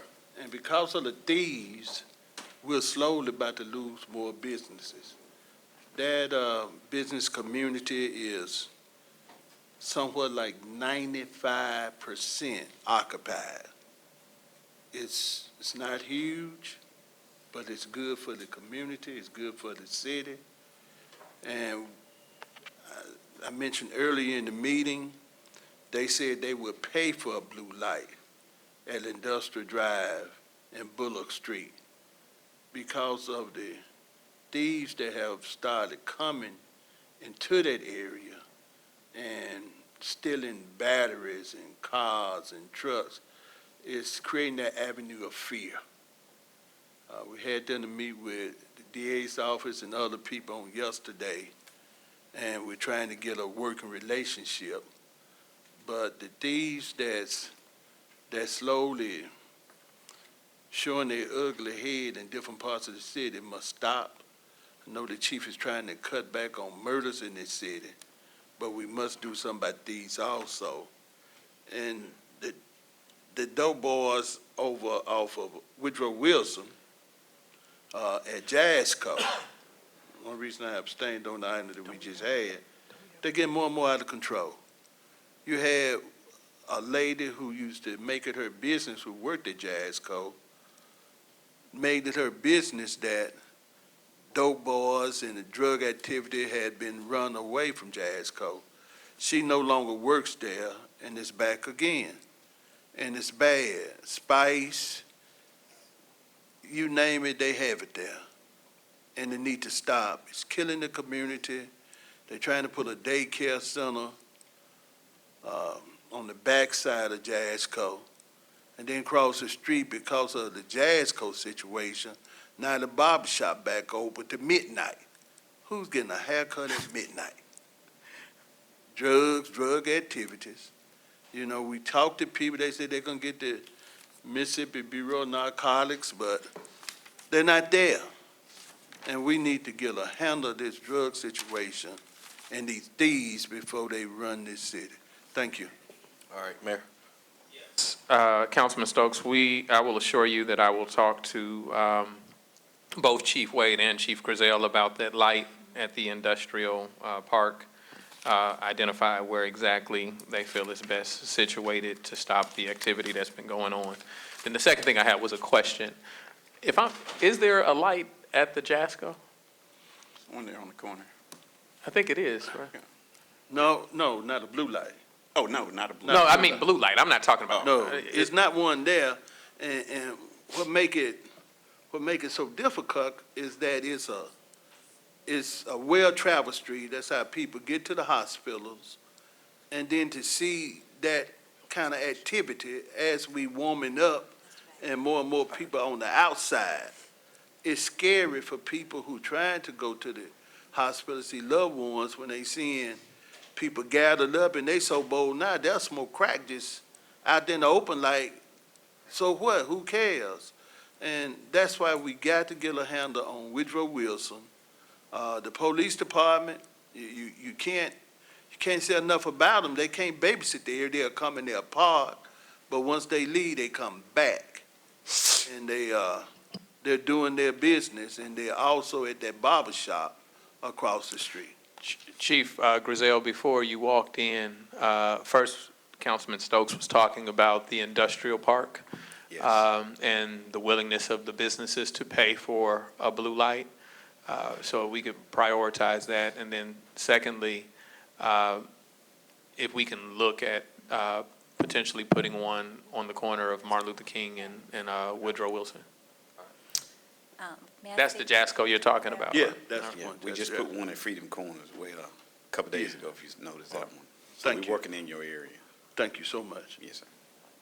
Vice President. Mr. Stokes, I just want you to know that I've been working with the legal department and JPD to have an ordinance that will be introduced on the next meeting to get mandatory blue light cameras at every convenience store. And I believe this will help curb some of that activity, because we know that's where a lot of our illegal activity happens. And so we hope to introduce that at the next meeting. Thank All you. right. And- Councilman Hartley. Yeah, Councilwoman Lee, I'm as well working on the ordinance, so perhaps we can compare, make it stronger. Thank you. All right. Any other questions or comments? All right, that was discussion 37. Discussion 38, Councilman Stokes. Thank you, Mr. President. Yes, sir. Neighborhood illegal gatherings, that's the biggest fear in the poor neighborhoods that the senior citizens go through. People who do not live in these communities would just go set up a shop on an abandoned lot, in a street, start drinking beer, whiskey, smoking dope, loud, and everything else. And these old people just have to live with it and watch it. It should be a law, and I put it on the agenda so we can get legal to find out whether or not we already have a law on the book to make sure we can get it enforced where people can't just come where they do not live or reside and start just doing anything they want to do. And it's hard to describe because people say, I know this can't be happening. Somebody to come next to your house, get in that lot, start having the party, sometimes even put a barbecue grill out there, and you got to live with it. People come, park their car, drinking their beer, whiskey, smoking dope, and you got to just watch it. And then they want to cuss you out when you tell them, you know, y'all need to go where you live. What's wrong with you going where you live and doing this? But you come over here, don't live over here, and bring all this madness. And the older people, they go to the back of their home and just hope it disappear. These kind of illegal gatherings we need to discuss now, but because as the weather change and it's get more sunny, you have more of these situations that's appearing.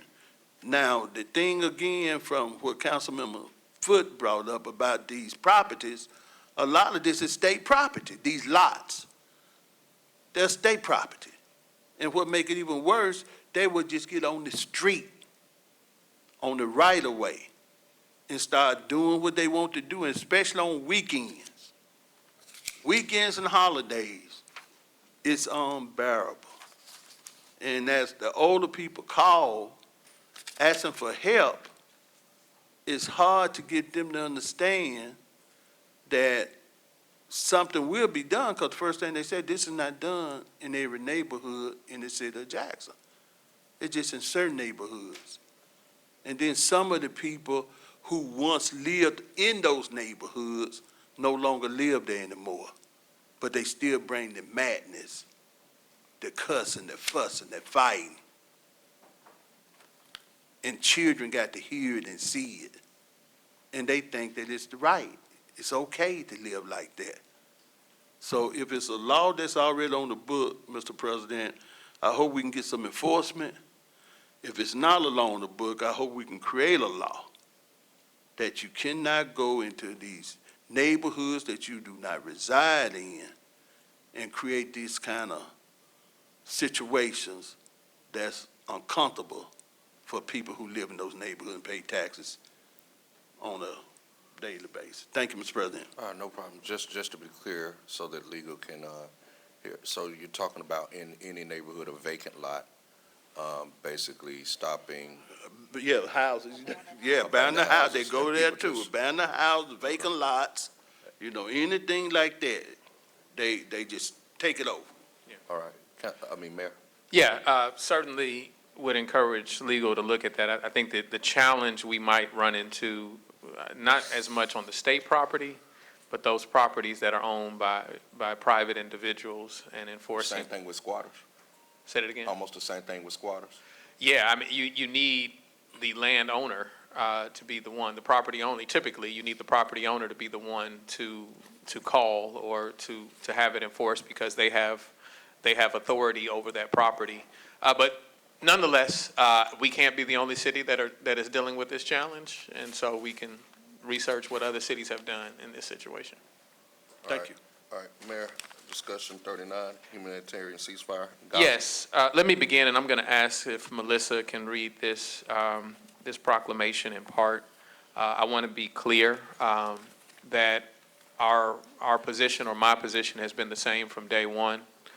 First, yes, I condemn the actions of Hamas, the innocent lives and those that are hostage, still being held hostage by Hamas.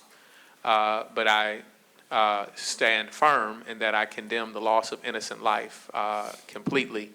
And so I condemn the innocent lives that have been taken by the state of Israel.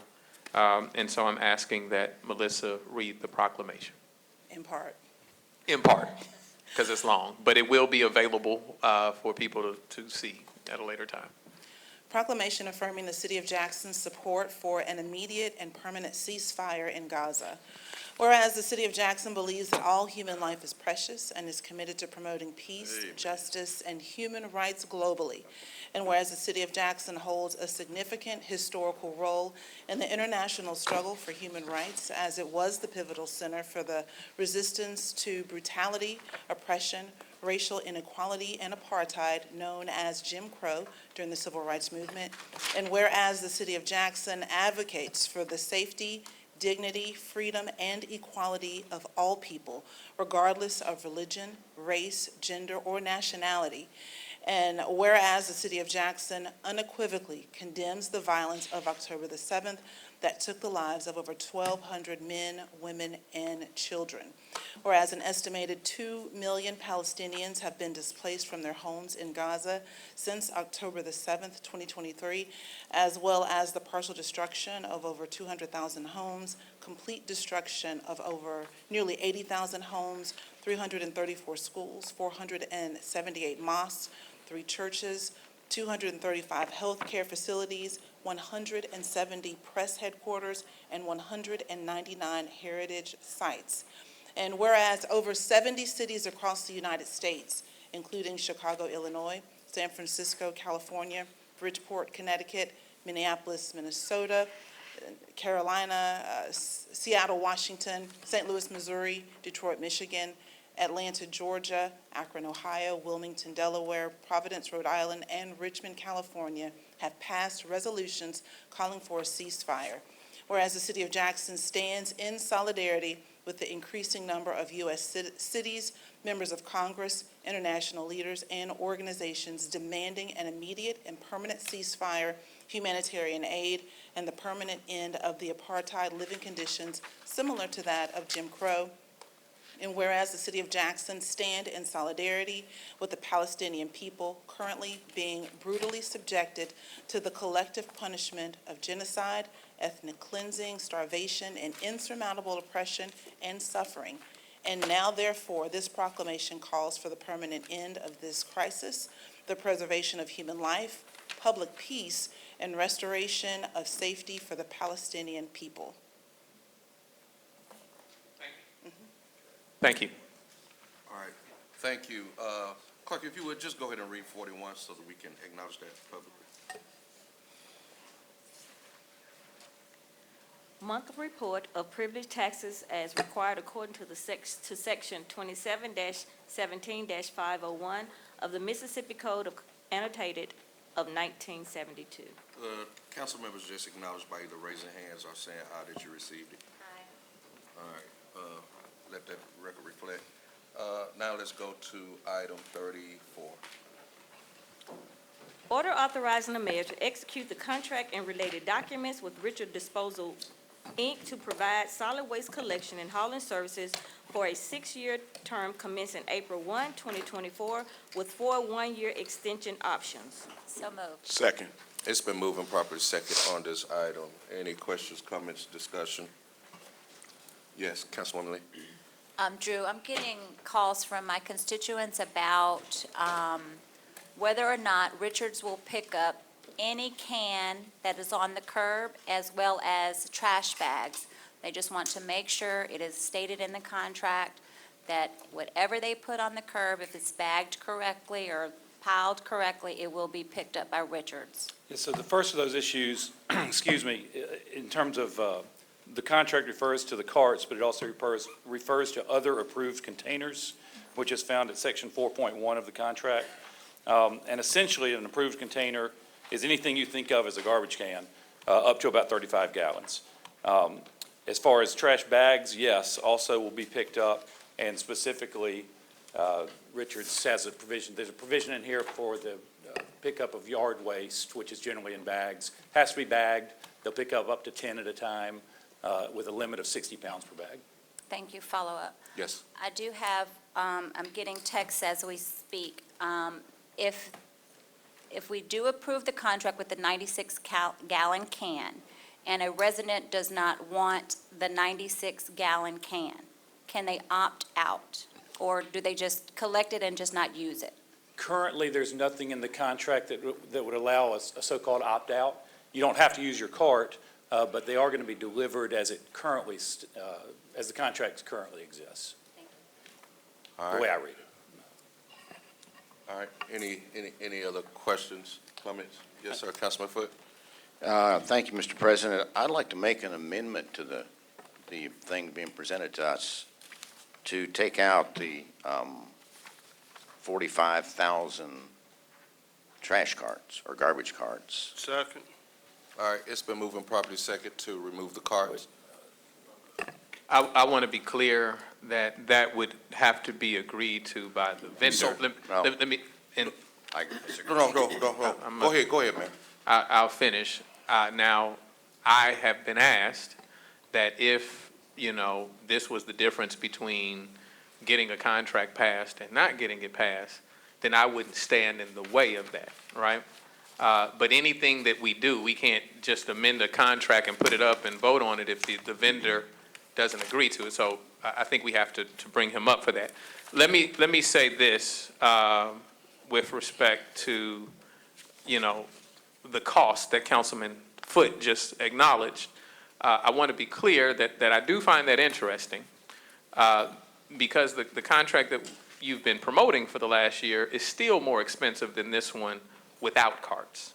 Even without carts, it's still more expensive than the one that is being presented today. We shared that we had reservations about doing an RFP because we said a new RFP. The court, in fact, said a new RFP would lend itself to a higher cost. And so, I think that it's perplexing at best that we're saying that this is a question of price when what has been argued for is far more, and what was warned was that the cost would go up, right? And if price was our primary concern, then I don't think we would be here today. Now, I want to say this last thing about carts. I'm willing to do what it takes to get us a contract, and I want to hear what the vendor has to say.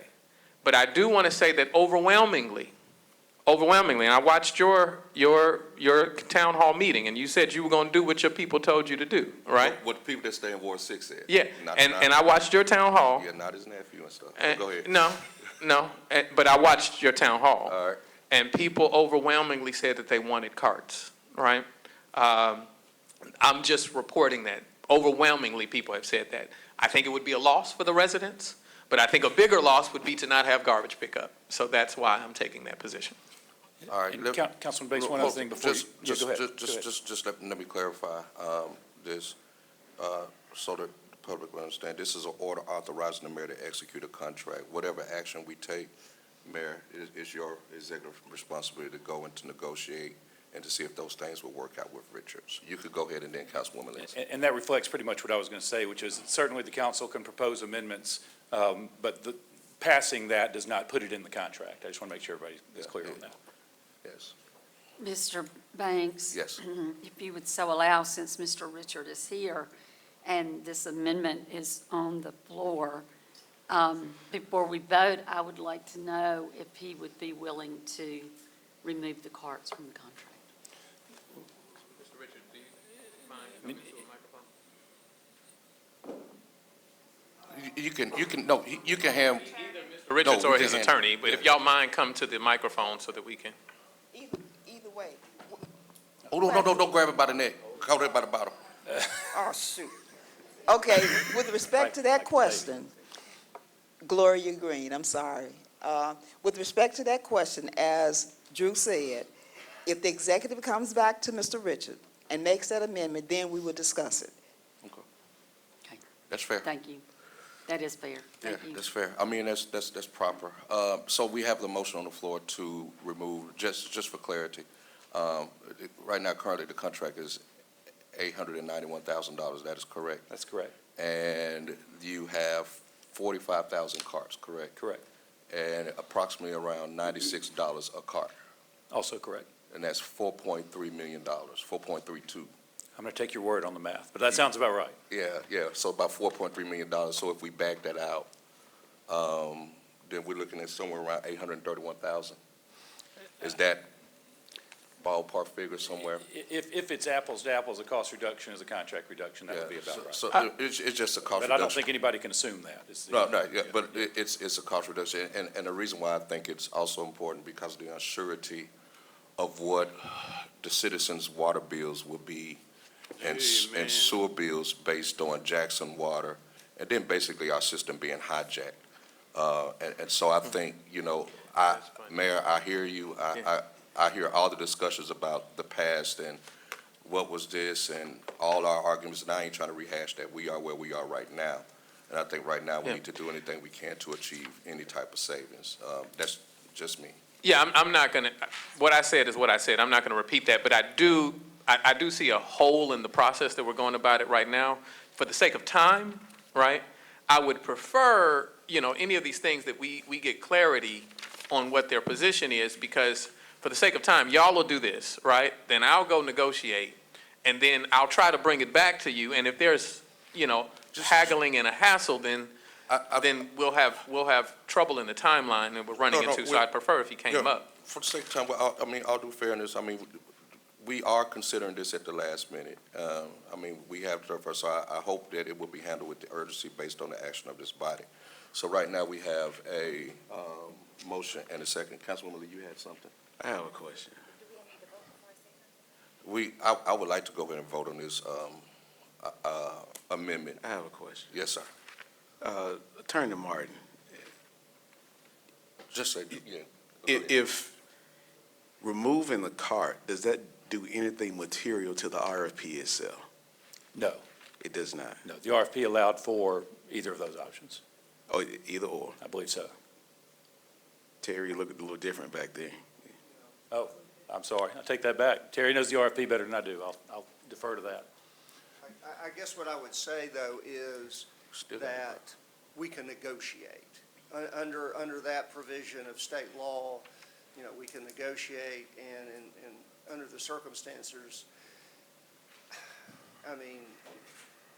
there's not anybody to challenge that. Okay. There's not another vendor that would challenge that, and it is legal to negotiate the terms. Okay. And if we think, if the council thinks that the terms, if this is approved, the terms are reasonable, that's a determination for y'all to make. Well, let me ask you this. So the 15 months ago, when the council was going back and forth with the administration, that issue was roughly $756,000 a month, correct? It was 765. $765, and that included carts? Yes, It did. And so now it's $819 a month? This would be 891. $891 Yes, a sir. month with carts versus looking at 1 point what per year, 1 point what million per year For whom? in difference of costs? Well, the waste management contract is the one that was 1.1 million. Well, I'm I don't know saying, if that's- I'm not sure that's what you're asking. now with the cart I versus see. then with the cart. What I estimated was roughly $9 million difference. Over the life of Over a the contract. 6 year, correct. And I just want to say that if cost was an issue, we should have settled this then versus now. Thank you. Yes, ma'am. My concern is that whether or not that is a material change from the RFP is a legitimate question, and I think that needs to be resolved also in whatever negotiations we do. I did work with the AG's office for a while, and I think that's an important question that needs to be answered, because the question is whether, if you did not have the carts, whether or not that would have prevented somebody else from bidding. Yeah. Competition. All right, so we have the. Mr. President? Who was next? All right, Councilwoman Lee. Ms. Drew, did we ask Richards Disposal if they would bring on Lee Bush's team as a sub? I was not part of those negotiations. That would have been not done as part of legal. Go ahead, Mayor. I- I'm sorry. To her question, No, That's not part of my question. Okay, I just wanted to make sure, because I know you Yeah. were next, but go ahead. and correct me at any point that I'm wrong, it was asked of me whether, Councilman Banks asked me whether or not the idea could be introduced for local participation, specifically Mr. Lee Bush, to be a part of the contract. And what I indicated to him, and then translated in a communication to Mr. Richards, was that I could not direct them to do that, right? I could tell them that that was of interest to some council members, right? And see whether or not he thought it was advantageous to entertain a discussion. And so I want to be clear that we have not directed anything. We have not pushed any type of, agreement or collaboration. We have merely indicated what was of interest to one of our council members. Yes, sir. And I believe that they had a conversation. What the result of that conversation is ultimately, I don't know. Yeah, I would just say, and I just echo it again, Mr. Richards, you are a successful African-American black business owner, and you had an opportunity to sub under Waste Management and work your way up and build capacity. And we also would like to, see, even in light of what was read, whether it's true or false or whatever, to help build our local business community. And so for your consideration, that I think that would help out tremendously. Go ahead, Councilwoman Lee. I just Go have a ahead. follow-up and just want to thank you, Mr. Richard, for your continued service, even for the year that we did not pay you, and your commitment to the city of Jackson. I commend you. Thank you. May I respond? Yes, In ma'am. terms of local involvement, the record should reflect that Richards is very heavily involved with local. Most of his employees here are local. If the contract is ever approved, it would be supervised and managed by local. You would even have pay increases and benefits. In terms of the subcontract, that was not an issue that was a part of the RFP. So if someone wants to discuss that with us, then it needs to be done also. And I'd like to make a point. When Waste Management and Mr. Richards were in an agreement, it was not that Waste Management gave them a chance. It was something that was mutually beneficial to both parties. Waste Management needed a DBE. Mr. Richards was a DBE. He needed some business. Mr. Richards had to actually pay for his own equipment. He had to pay for his staff and everything. So it was a mutually benefit arrangement. And so while Richards would be willing to do whatever it can in terms of local involvement, it has to be something that he can financially afford.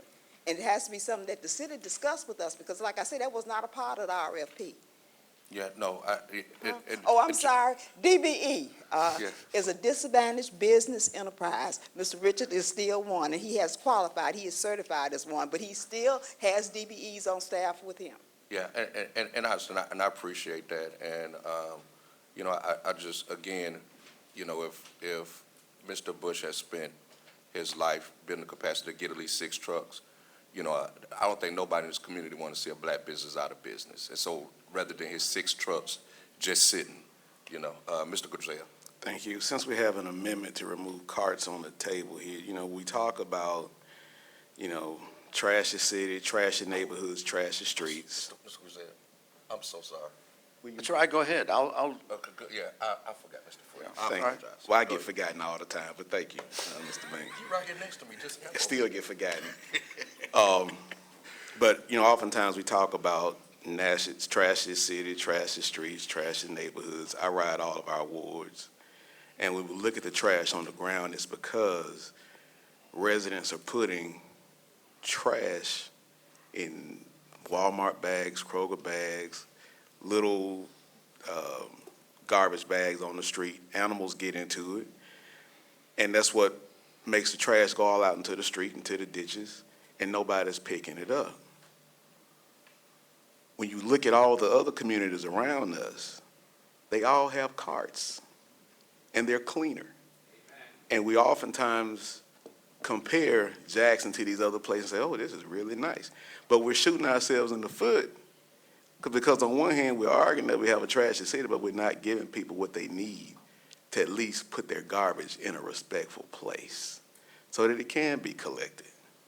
And I really think that we will reconsider this amendment to remove the carts, because many of us care about our communities. Many of us want clean streets. We can't afford a $135 garbage can, and this is a good way to get it. And I really wish that we would reconsider that. Thank you. All right. Any other questions or comments? Yes. Well, I'm sorry, Councilman Foote, thank you for reminding me. Well, if Mr. Hartley wants to talk. No, you've been waiting. Okay, I'm sorry. all right. I'm sorry. I was going to say that there's already tens of thousands of garbage carts in the city of Jackson already. Lots of people own them. Some people may not own them, but there's lots of people who own them. So the thought of buying 45,000 more garbage carts and then trying to figure out who gets them and then, who's responsible for them, I think but that's one thing. Okay, but the more important thing is the $4.3 million that's added to the cost of the contract. We've already got a situation where we don't have enough funds we're not getting enough funds through the enterprise part of the water sewer system to actually pay all our garbage bills. That's on In addition Jackson Water to collect, sir. What's that? That's on Jackson Water to collect. Right, Hold on, collections. let's It's not talk over each other. So Finish- we have a finish your collection comment. issue. And if you have a response. So even though we bill all the citizens for garbage, we don't get enough revenue in to pay the regular services we've got. So it's going to have to we have to come out of that money somewhere else. And this is an extra $4.3 million that we'll have to find in our budget because of this cost of these carts. So I think the citizens are better off if we reduce the cost by $4.3 million. And many of them they can buy their own carts with a reduced, if the right size, it's right for them. If I may respond directly to that. Either way. I just want to reiterate my This is point. the debate in the body. I can't. This is not a $4 million savings. This is actually a $9 million increase because if we look at the last RFP, this is $9 million more. Because if we were focused on saving, we would have squashed this a long time ago, 15, 16 months ago. Thank you. If I, Go ahead, Banks. Hold on. You responded directly? Yeah. All right. you but responded if directly. Councilman Hartley is Okay. responding to the same Councilman thing, then Hartley, I'll. y'all in the same conversation? All right, so Mayor, let's do this.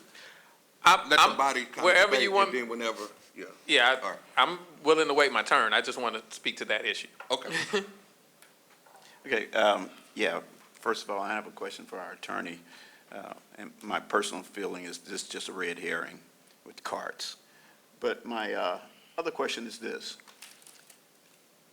How vulnerable are we putting ourselves legally when we start changing up the RFP? We only had 2 vendors. One was disqualified. And so I think the optics of this is going to be on us. How vulnerable are we from other vendors out there who didn't put in a bid because of some of the things that we're discussing now? Thank you. Ms. Green raised that issue, and it's one to look at. My personal opinion as we stand here is that that is a issue, as a term of the contract that can be negotiated. I'd be glad to look into that more because I haven't been asked that question before this meeting. But as we stand here right now, my opinion would be that it is a negotiable item. Yeah. If I Go ahead. can go now. So to be clear, and it's something that Councilman Griselle, because I looked at it once he pointed it out to me, said, and I don't know if you caught it, that these cans, these 96 cans, on average cost about $135. Is that correct, Councilman Councilman Griselle? Councilman Griselle? About $135? $135, these cans, if you were to go to Lowe's to purchase them, our residents are getting them at $96, so it is a cheaper rate. Respectfully, Councilman Foote, I see cans like you see cans, right? I don't know, I'm not sure. Well, I don't know what you see, but I see cans, right? You talked about the number of cans in the city, and in my neighborhood, my neighbors have cans. I have a can, right? And I would imagine most of the people in your neighborhood have cans. The reality is as we travel the city, the percentage of cans is not the same as your neighborhood and my neighborhood, right? And I think that we have to be sensitive to that. I think that you know, it's an important issue. And whether we handle it in this contract today or not, if we profess and if we want a cleaner city, if we profess and we want uniformity in our city, then at some point we're going to have to make decisions that lend itself to that. Price has always been a concern of mine. I've said that from day one. I won't rehash the things that have already been said today, just out of the interest of working together. But, you know, we're going to be about price. Then we need to be about price every day. Councilman Banks, stop turning off my microphone. No, no, I'm messing. if we're going to be about price, then we need to be about price every single day, and we need to be consistent in that. But there are things, and I do want to say one other thing about the cans, because this has not been said, regardless of what we do. The cans are not only about the aesthetic appeal. It's not only about the litter. I want to be clear on this. The cans, for me, were about the workforce. Because when you have a uniform can, then the garbage truck has equipment on the back of it that can pick the can up and empty it out, as opposed to the men and women that pick up your trash having to pick up every single trash can in the city, right? And often, we've been through pandemics now, picking up, meaning you were home longer, you were creating more trash. It was tearing their bodies up, right?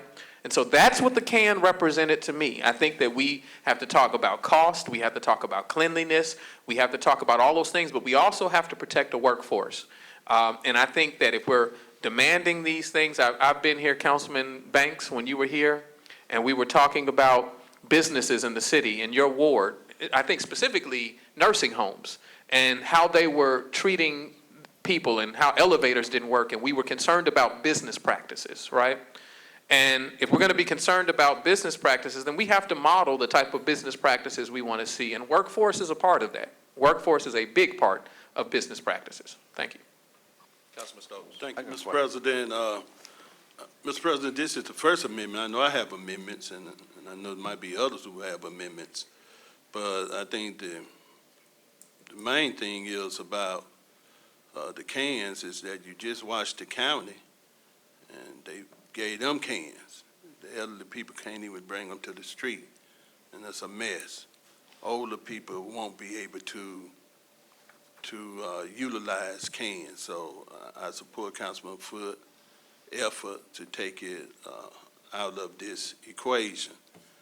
Number two, it's important that we understand that any increase today in the garbage fee, sanitation fee, is an increase in the water bill. Poor people cannot afford an increase in that water bill. I'm talking about working poor, all poor cannot afford it. Number three, when I brought up, let's accept the lowest bid years ago, everybody who hollering for it now was against it. The lowest bid was Waste Management. That was the lowest bid. Now, all of a sudden, numbers change and everything else. That's why I like to have paperwork. We can keep and know what it says. A mouth can say anything. That does not make it so. So I'm ready to vote on this so we can come with the other amendments, because we got some mighty good amendments coming. Thank you. All right, Councilman Hartley. Yes, thank you, Mr. President. I was just checking out Walmart. Again, their rubberneck 50-gallon is $44. I have two of them. I only use one, maybe every other week. Apples to Excuse apples, me, 50 gallon excuse versus me. 90. Hey, let's not talk over each other. I want to get my point out, please. Go ahead, Mr. Hartley. $44, okay? Now, add the cost of our solid waste personnel getting phone calls about lost carts that's not technically belong to the owner and reporting those missing and et cetera. My point is this. It's more to it than just, getting this, what'd you say, $95 cart, where I could get two of them for that price. But it's more to it than that. There's also the maintenance. Someone's cart, broken wheels on it. Now they call in. You have to make another phone call. It's more work. We had a system that didn't have any of those issues, and now we're going to something else that's going to be costlier for the regular consumer and more time intensive for our solid waste personnel, because they're going to be the ones to get those phone calls. Where's my missing card? I need another one. Are you going to charge it to me? The tires are missing. It's broken. They lost the cap to it. There's going to be those type issues, because I was a solid waste manager, and when you add something else into that process, that's what you get. And I'm not fully comfortable with that savings part, okay? And again, I think carts, although we're discussing it now, I just believe it's a red herring here. It's a red herring. And I just say, once again, we're getting something that my folks didn't even ask for. And we're getting something that's twice as expensive as what I'm just looking it up.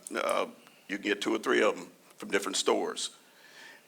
And my other point is the maintenance, the details. If we don't have communication, and if we are not given prior information to ask these questions until the very last second, because we're not given information, then we will constantly be making mistakes. Thank you. All right, Councilwoman Lindsay. Thank you, Mr. President. As I've been listening to this conversation, I have to tell you, I'm a little uncomfortable, Mr. Martin, because I don't think the question has fully been answered about, does this proposed amendment, removing the carts, change the RFP? And does that put us at some sort of legal vulnerability?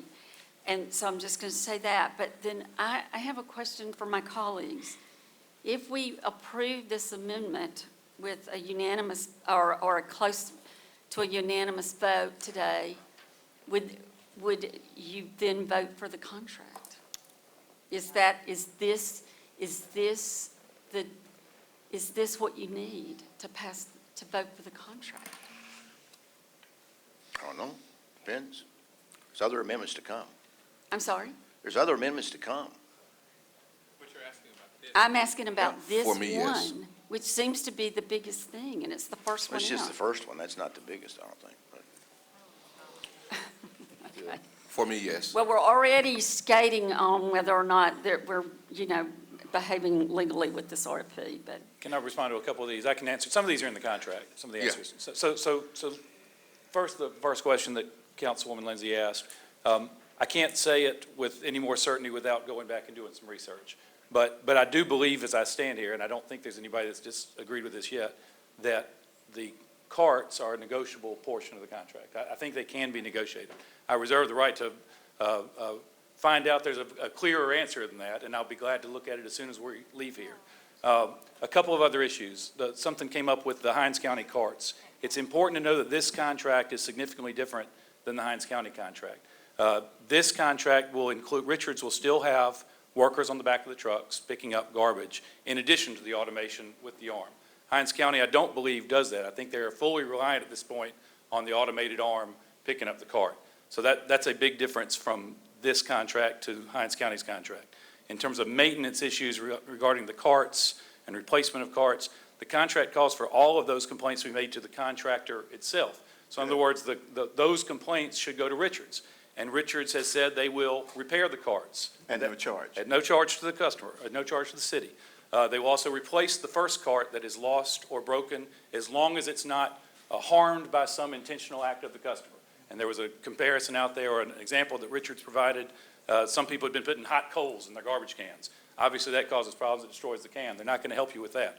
But assuming normal wear and tear, there's also warranties on the carts, by the way. But assuming normal wear and tear or lost or stolen, Richards is going to replace the first cart free of charge. That cost will be only borne by them. They'll also be maintaining an office here in Jackson that has to be open from 7 a.m. to 7 p.m., has to have office hours available all during those hours, has to have somebody answering the phone, has to have an answering service after hours. In addition, some of the litter questions that came up.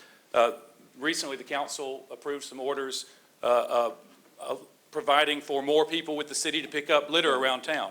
What Richards has said, and it's put in this contract, is if we will bag that trash up with the people, whether it's the city workers or volunteers, and bag it up, they will send a truck out with people on it to pick up those bags and put them in the trucks and remove it. So those are specific litter removal policies that are in this contract for the city. Mr. President, the senior citizens can't get the garbage to the streets. And I'm sorry, That's a problem. They can't, the cans are so big, they can't bring them to the street. I did mean to address that, and I don't want to interrupt the mayor. Yeah, Yeah, that part, well, two things. One, that there is accommodations that, per the contract, can be made for the senior citizens if they wanted to use the card. That's one, to be clear. The other portion of that is the fact that you don't have to use the card if you don't want to is a significant difference between the county contract and this one. So if you're saying that they can't push the cart, then if they choose whatever cart that they want to choose, they have the option of doing that. Lastly, I do believe it's a red herring. We're going to use the word red herring. I'm going to use it correctly, and make sure that you understand what that means, right? I understand. Ho, ho, ho. But going forward, saying that you can buy you have the right to buy your 44-gallon cart by this contract and still use it. But to say that, I could buy one for $44,000 and I mean, a 44-gallon and it's about 44 or 50 something dollars that you say, that's like me saying that my motorcycle is less expensive than my car. Well, yeah, it's smaller, right? It takes less, it takes less to produce and manufacture that. You're comparing that to a 96-gallon cart. So we're going to do that. I think we should do it apples to apples, 96-gallon to 96-gallon, as opposed to saying that you can get one that's smaller for a cheaper price. You can choose that. You actually, that's the beauty of it.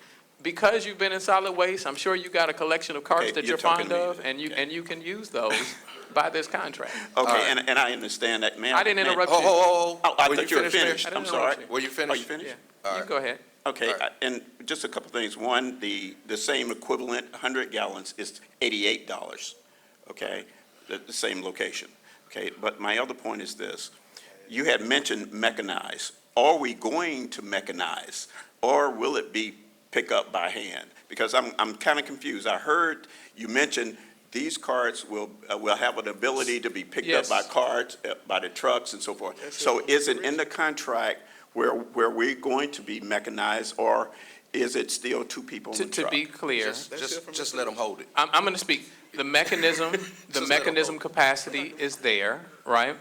But it is not to replace the workforce. We'll make it easier on the workforce instead of replacing the workforce with the mechanical arm. Okay, That is the difference. Okay, and so my question is this then, now they will have a larger trash can to pick up. Now they're gonna have, instead of my 44-gallon, which is The it has a couple of mechanical 3 arm will bags pick in it. that up. So now they're going to have a larger trash can to dump over into it. And since we're concerned about the personnel. Ho. Let them speak. All right, I think. Mr. Richards. Yes. Microphone. Oh, I'm sorry, I tend not to do that. But let me say one thing. Everybody keeps talking about the trash cans. Remember that the workers will remove the trash can for you. They would actually come and I live in Jackson, so they would actually come and get the trash cans for you. Now, Mr. At your house? Yes, they do that. They do my neighbors. I won't see them doing it again, though. Thank you, Mr. President, Yes, sir. for allowing me to speak. Thank you, Mr. Mayor, council members. I very seldom ever have to speak, but that's what my legal department does for me, because I always say too much, and I might be negative. But this time, I'm just going to tell you what it is to answer Mr. Hawley's questions. The 96-gallon cart, for whatever the cost is, you have to consider that the back of my trucks have tippers on them, that they're going to pick up the can and dump them. Now, you're looking at when you're saying the price of whatever price it is that you have, you have to figure that we're going to take and put it to a house, not to the individual. That cart will be labeled to that house. It will be in our computers. The city will have a copy of it to say that what cart is at what house. Every time that we change a cart, then we have to replace it because it's lost or stolen with the first one. Then we have to change that in our computer to say what card is at your house, report it back to the city what card is at that home. And then if it's broken, anything wrong with it, we will replace it. The card supposedly from our vendor is for 10 years. Most times they don't last 10 years because of the use and the wheels breaking and this, that, and the other. Whatever happens to that card within your first or second card, we will replace free of charge. And there will be no other issues. I do have one question, follow-up question, and again, it gets back to this thing of mechanized trucks versus the manual labor, 2 people lifting heavy stuff. So are you saying that all the trucks will be mechanized?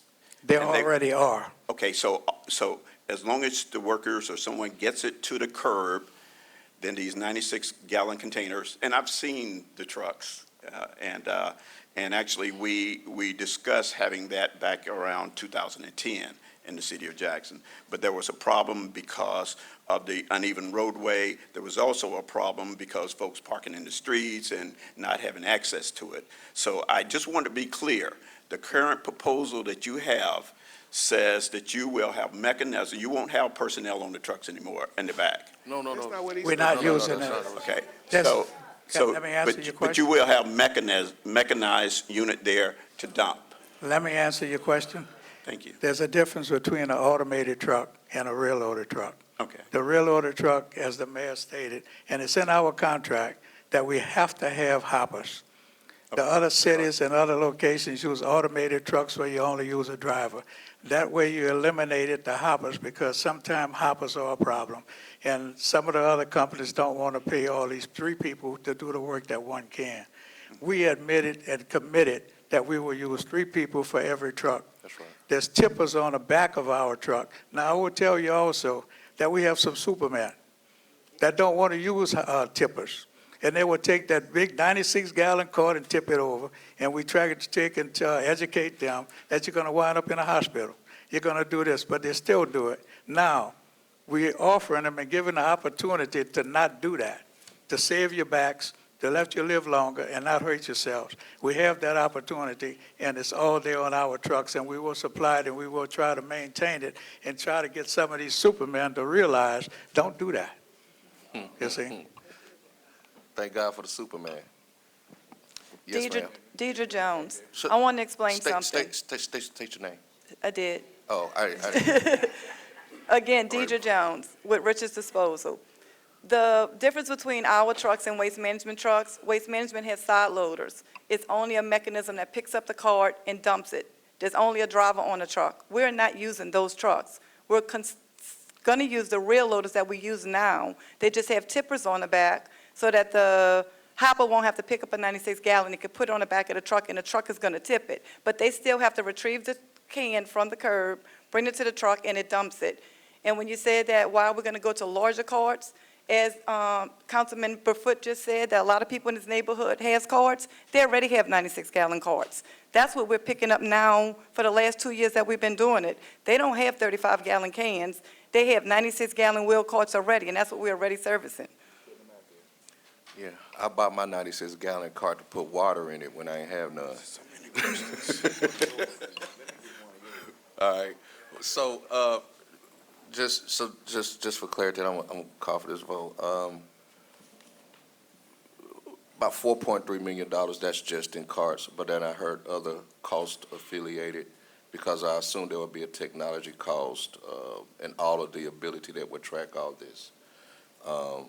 So, however this goes, I'm sure that, Mayor, when you negotiate, you'll come back with what that price would look like so that we can, move this along. All right. One other point before you Yes, sir. vote on that. One more point before you make the vote is, if the council votes for that proposed amendment, and if the contract is later negotiated to remove carts from the contract, we can't then renegotiate them back in. So just so we're Okay. clear on that. Okay, all right, so we have a motion and a second, on the floor to amend this, to basically amendment to remove the 96-gallon cart. All in favor? All opposed? All right, item carries 4-3. Now we have the item on the floor as amended. All right. Any questions or comments? Yes, sir. All right,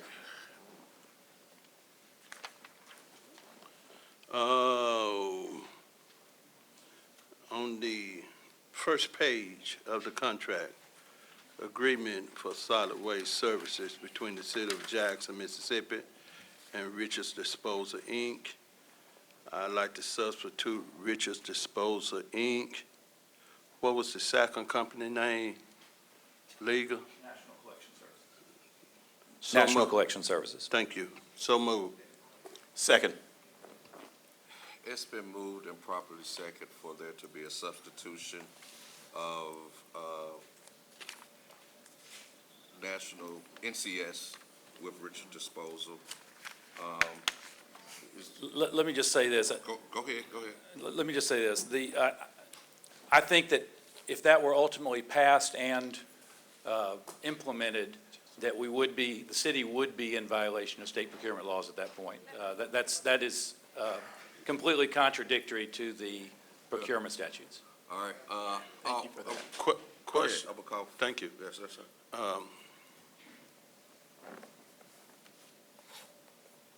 Explain why you did not give those words of encouragement to whoever decided to take them out of the bid process. Two different issues, Councilman. So, Let's take them one at a time. sure. So in How terms, can you take someone out of the bid process where it should be the council who they'll make those recommendations to?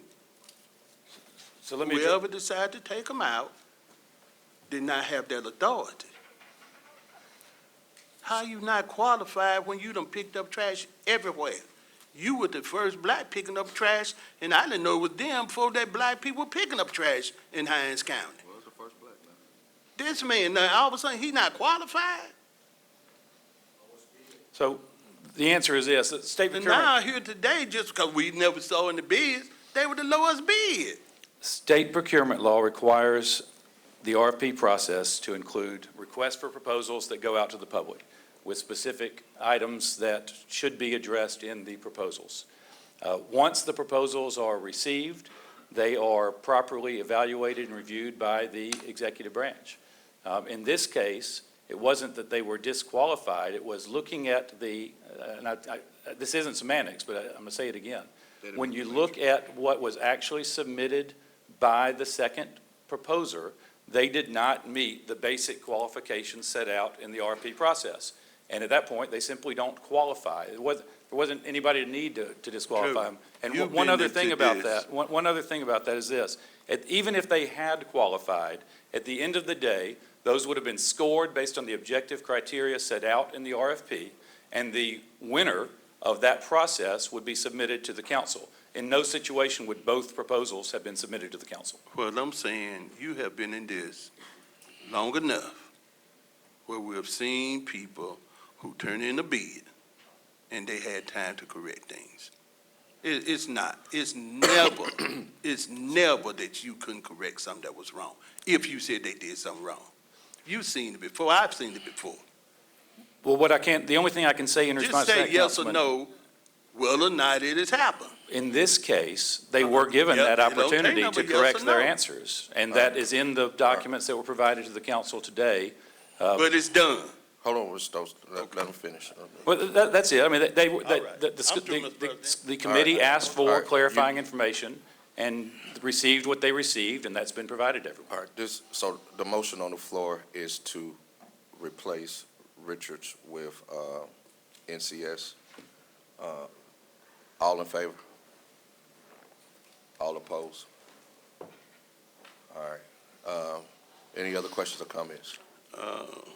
Yes, sir, we had another one. You ready? I'm ready. Thank you. You gonna buy me lunch? Go ahead. I so move that this contract term be reduced to the term of the sitting man council. The city mayor council. The sitting mayor and council is the term of this contract. Everybody that's up for reelection next year. This contract is a contract through July of next year. So move. Second. All right, it's been moved and properly second. Let me say this. Let's just. Hold on, colleagues. Go through the. Let me say this.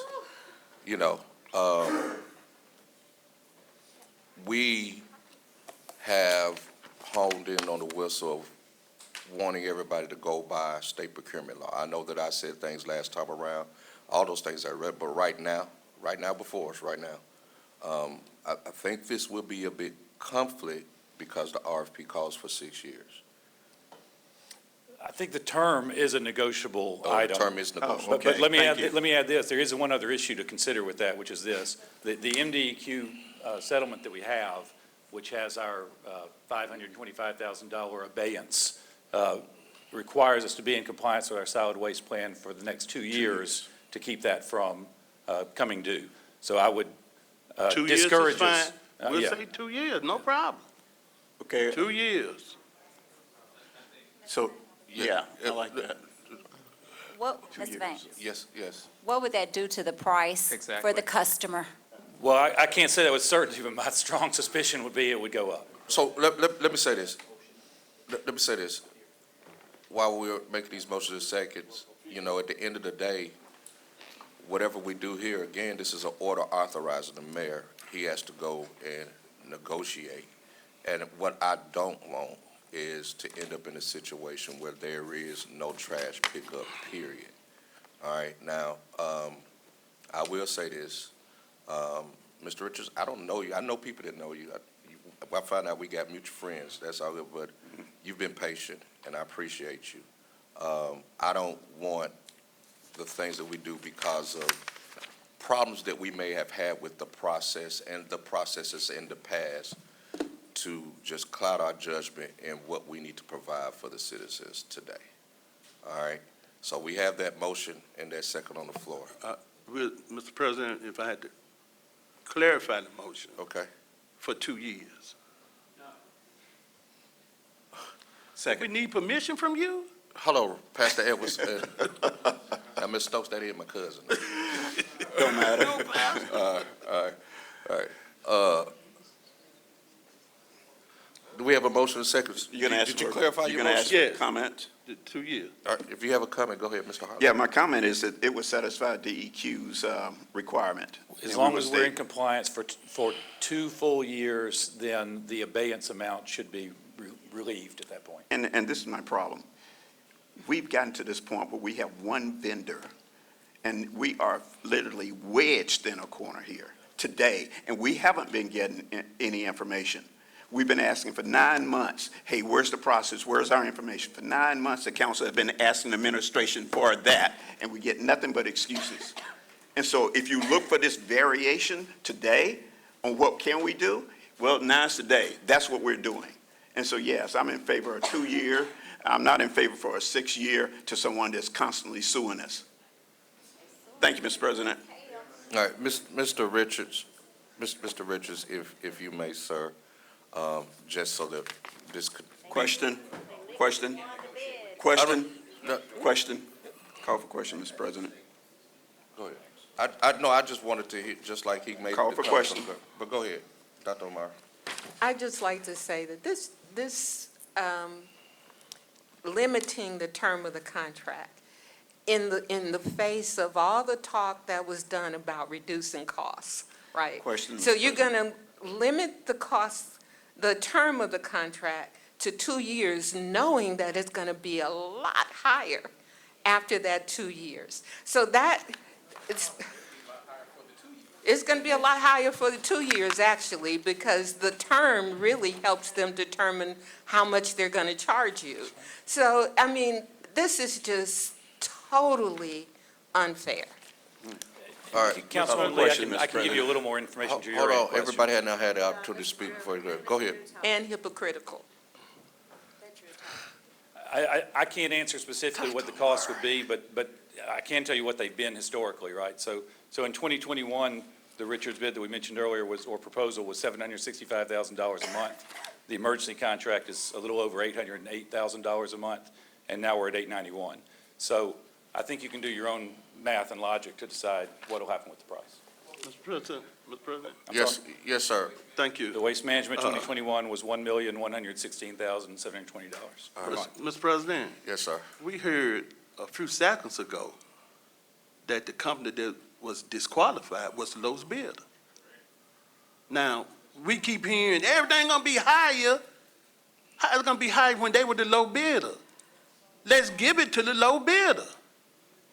But we finding a reason why not to give it to them. They ain't qualified. Man, the first black man to pick up garbage in this county. All these excuses. If the fix is in, say the fix in. Let me just be clear. So as far as, I haven't heard nobody on this DS or council say that NCS is not qualified. I just want to clarify that. Just one quick question. Yes. Are we accounting in some of your figures, and especially looking at the future, decrease in population or house count? I'm not sure I understand the question. I'm Okay, the sorry. question is, factored into, or I'm assuming is factored into, is the current house count for the city of Jackson. So Okay. there's nothing in the contract that would increase or decrease the cost based on the house count, if that's what you're asking. I think it was done by tonnage, right? I'll be honest, I'm not sure exactly how Richard sets its price or any other garbage company does. All right. Just my only point was that you mentioned 765, 808, 891, but if we continue to lose population, then it's going to be different, or it should be different. Could be. Point of order, Mr. President. Yes. For the sake of clarity, could we get a restatement of the motion on the floor? That's what yeah. Thank you, Councilwoman Lindsay. Can you restate your motion, Councilman Stokes? Thank you, Mr. President. Mr. President, clerk, read the motion, baby. Shanikia Jordan, Clerk of Council. The current motion that is on the floor, motion and second, is to reduce the term of the contract to 2 years. And that was motion by Councilman Stokes in the second. That's it, baby. All right. No, I did. Let me advise the council of one more thing. Richard's attorney believes that that term could not be negotiated, that it's part of the material terms. I just think that's information. She's not a judge. We can vote. I think it's information. She's not a judge. That's all. We're not. Okay, just want to make sure But we we're can on the still same vote. You can page. vote. I'm not asking you not to vote. Thank you. So, Same page. just restate what was said by Richard's attorney. That negotiate, they would not be able to negotiate the term of the contract. So the term is is none, I'm- Right.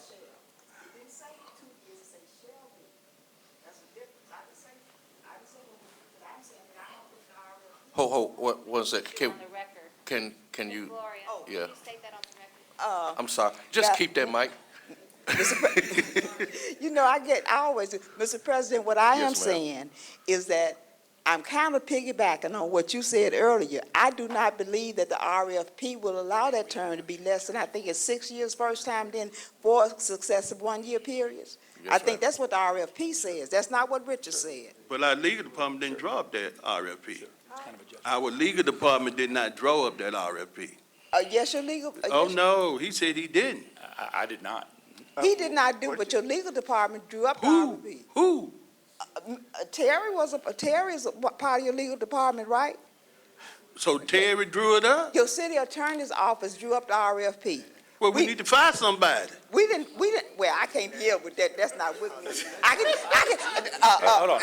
The only thing I can do is tell you what the RFP said. Hold on, let me address that real quick. So, and Terry's right here, and he can address it if y'all would like to hear more. The answer is Solid Waste came up with drafted the RFP. They did have the advice of council as they did that, and Terry was available to provide that. But Solid Waste came up with the RFP in the terms.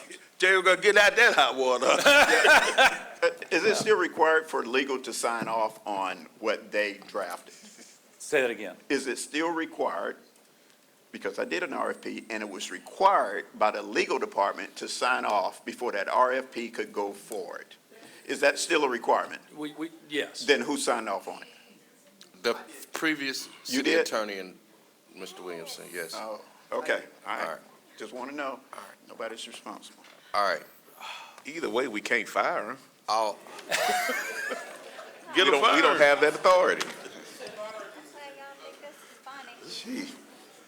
all right, the amendments on the floor, all in favor of the amendment? Opposed? Put up your hand. Yeah, put up your hand. Yes. All right. What? It's 3-4, right? It failed. Yes, Am I doing? Y'all. Okay, come on. Is that it? Any other, all right, all in favor of the, We got some more amendments. Let's bring all right. Yes, sir, I'm listening. Yes, sir. I've got a question for Mr. Martin. And Yes, sir. The, can you tell me how many times Richards has sued the city of Jackson? I'm not aware of them suing the city of Jackson at all. They've appealed 2 orders that the city has made, which is different than a lawsuit. They haven't sued for damages of any sort. They've appealed decisions made by the city. One went to the federal court, and then one's still standing, is that right? Well, I'm sorry, so there was the case where they weren't getting paid Right. previously. That's true. And it ended up requiring litigation to get them paid. So that makes 3 times? Well, one is an actual lawsuit, the other 2 are appeals of city decisions. Appeals, But I okay. apologize, I forgot about the federal court Okay. payment issue. So what happens with the appeal process? What happens with it generally? Yeah, So in a. I just want to know what we're in. Sure, it's a bill of. What's going to happen in the future? It's a bill of exceptions that's filed with the circuit court when you're appealing a decision made by the municipality. The record was just finally recently designated and completed.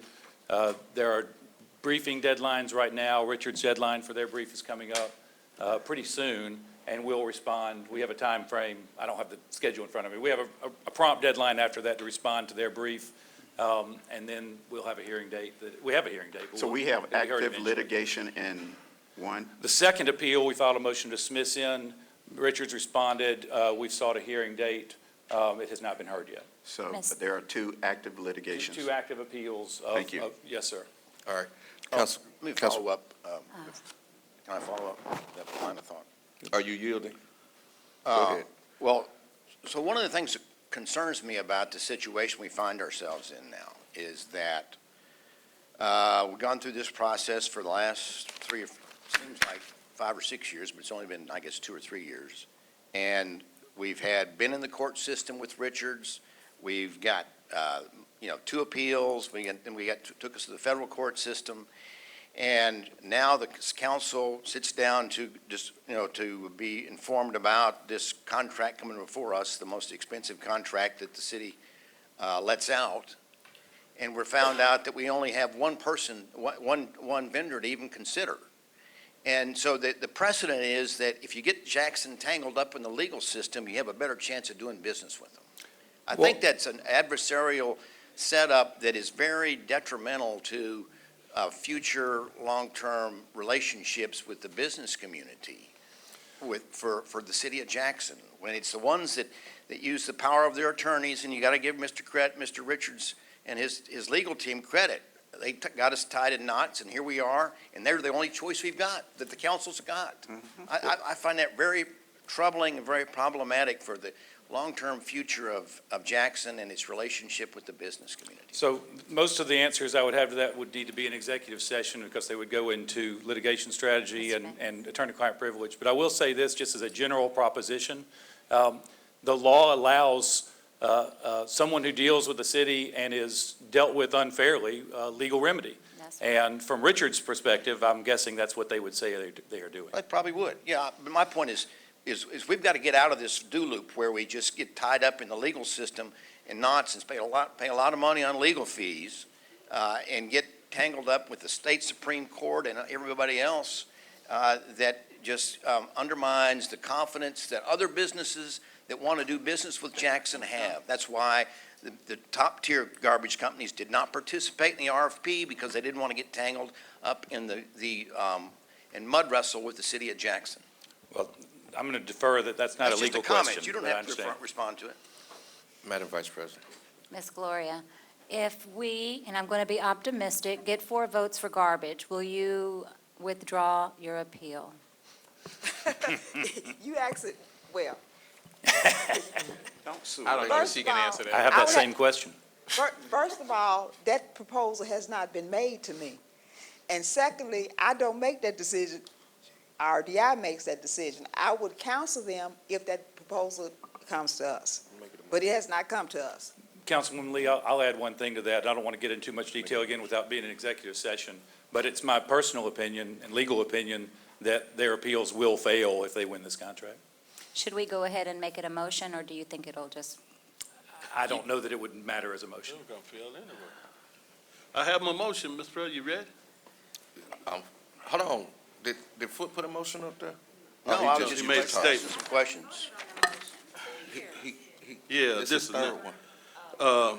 On the second page of the contract, on the compensation, the 1, 2, 3rd line, I think our attorney told us the first bid was, what, 700 and, The previous Richards proposal in 2021 was for $765,000 per month. 765,000 Yes, sir. per month. Mr. President, I so move that we scratch through the 891 and in the effort to make sure that poor water bills will not increase so they can afford water in this city, that we have a amount of 765,000. Second. All right, it's been moving properly second. Let me say this. I know that we will open up the floodgates to be sued again because of the increase of consumer price index from that time to now. So I just want to state that. All right. I ain't an attorney, but am I right? No, but tell him he ain't right. It's not right. No, ain't no law saying Oh, that. okay, all right. Well, there's a CPI increase in here, in this contract of up to 5% to be evaluated annually. I'll defer to the mayor. But it's not mandatory. Yeah, No. not the CPI, but you're on the right track. The point is that when they give prices years prior, then that's based on Gas prices. what it will, gas prices is based on cost of acquiring the equipment. It's based on, at that time, it's based on all of those factors, and that's what they combine together to enter their bid. And so essentially, when they bid in a new RFP, they're saying that now that they've gone to the vendors, now that they've gone to the people that will supply the trucks, now that they've included what the gas prices will be and the cost of their workforce, they're now saying that this is their bid at this particular point in time, with those factors being considered, that this is the best price that they can offer. All right, And so I understand y'all going through a process. I will just say that I think that in terms of giving me something to negotiate, it is highly unlikely that I would be, I don't know what their position is, but the likelihood that they would agree to that price, in negotiations, I think we'll be returning right back here, revisiting this whole conversation all over again. We'll give it to the low bidder. Councilwoman Lee. I just want colleagues to keep in mind that we're making all these changes to the contract. People are making all these changes to the contract that aren't going to vote for it even if they had the changes in it. If we give it to the low bidder, I vote for it. All right. Was that motion on the floor in second? Yes, sir. Yes. It was. All right. Restate your motion. Clerk? Cindy Clearly, I'm Kidron, exhausted. Clerk of Council, the motion stated, it was moved by Councilman Stokes, seconded by Councilman Hartley, to change the compensation in Section 3.1 from $891,000 to $765,000 per month. All right. All in favor? And, President, Go ahead. just one comment. And again, I think, in lieu of us not necessarily bringing on the black local company and getting this but if company, there- excuse me. I believe that it would be very, very generous of this company that's trying to come in to at least consider some of these cost factors. Again, as has been previously stated, we have a water issue. Water rates are increasing. Water and solid waste right now are together. The bill is going to be enormous. And so again, I believe that it just for optics, one bidder, it would just show some good faith. One, the request is, and I hope that this request will be considered strongly, is that, our local company here be really considered to put his trucks in rotation with, as a sub, if that could be, that's, but to request that and to ask for that, but then cut the price down he won't even be able to pay, you know, the stuff the stuff he needs to do. So I'm gonna call for the vote. All in favor? This is for Mr. Stokes. Yes. Oppose? All right. Mr. President, Yes, sir. What's the vote? It was 43. 3-4. Mr. President, I think this is my final motion, that we give the contract to the low bidder, and then we request the low bidder to ask Mr. Richards, how did you put it, to help him? Are To you, be are the you, sub. are you saying, okay, you trying to reverse? So moved. Second. I've already advised on that issue, so my advice If, stands. if you would, for the Noted. record, just state your legal advice again. That granting the contract to any vendor that is not the one proposed by the mayor and that is won the RFP process would be in violation of state procurement law. Okay. All right. Excuse me, can I, Go ahead. Yes, do you know Councilman which Hartley. particular law we're talking about? It's section 37 Terry, you got the statute for me? Get in and read it to us. Yeah, read it. Let us know what we're violating here, because I don't want to violate it. Only the- Oh, you want me to read the whole? Well, the particular where he just noted, the particular, I mean, he just advised us. State what he's and- saying. Well, no, that's his legal opinion. You- Yeah, I know. Say it loud. Okay. That's his opinion. Okay, opinion. Ain't no law on that stuff he's Okay, saying. thank you. Well, Ain't I no mean, case we- law, ain't no state law. All right, Thank ho, you. ho, ho, ho, No, ho. there is, but. Thank you. Hold on. Read Who's- it. All right, Mr. Stokes. All right, here we go. The RFP process is clear that the winner of the proposed RFP process must be considered for the vote. There is no provision in the law that allows for the city council or anybody else just to pick somebody and say, we'll give it to them instead. Well, just read the law to us, little bro. That's all July, we saying. July, it's the 2023 July version that was released by Shad White's office. All right. Yes, sir. Go ahead.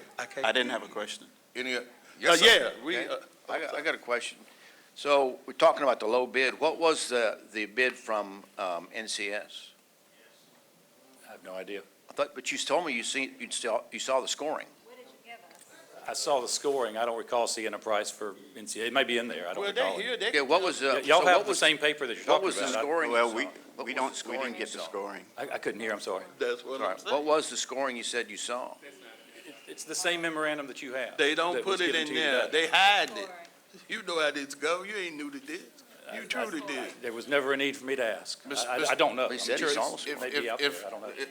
Are you asking that to state that for the record, Mr. Stokes? I think, I'd like to know I mean, Mr. the score, Fo- what the bid was. Do you know what your bid was? What was it? come up to the mic so it's No, on mic. I'm just asking, what was it?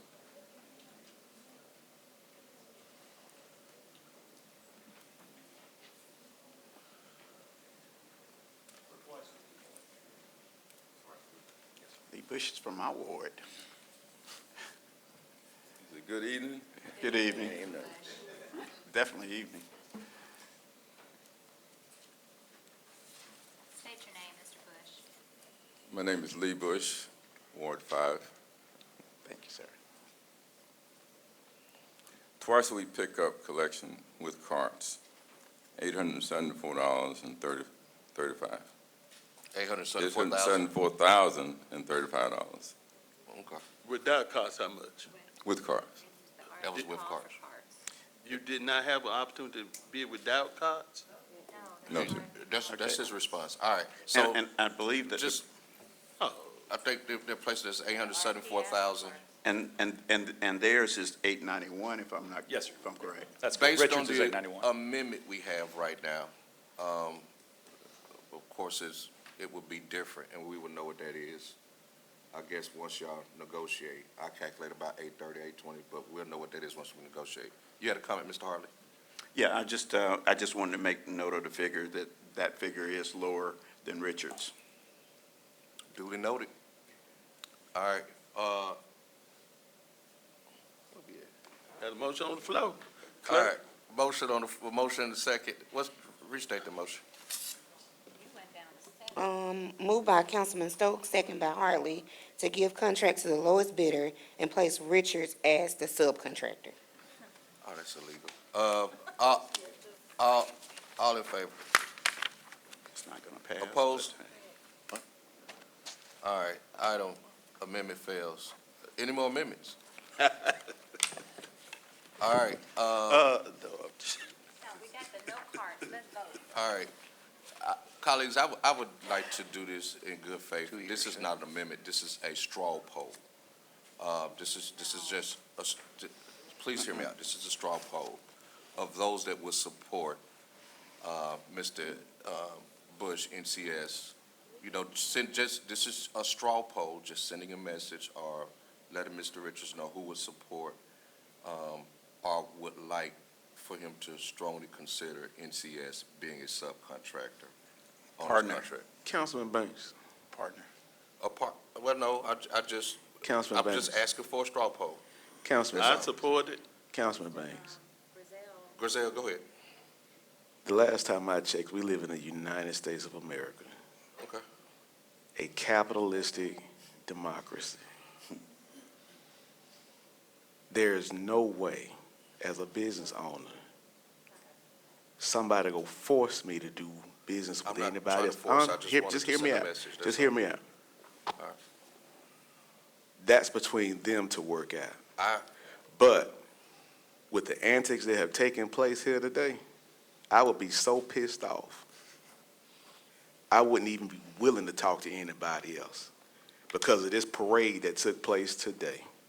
Even in good faith, if they wanted to negotiate as two separate parties, there has been so much toxicity and blood built between the two of them.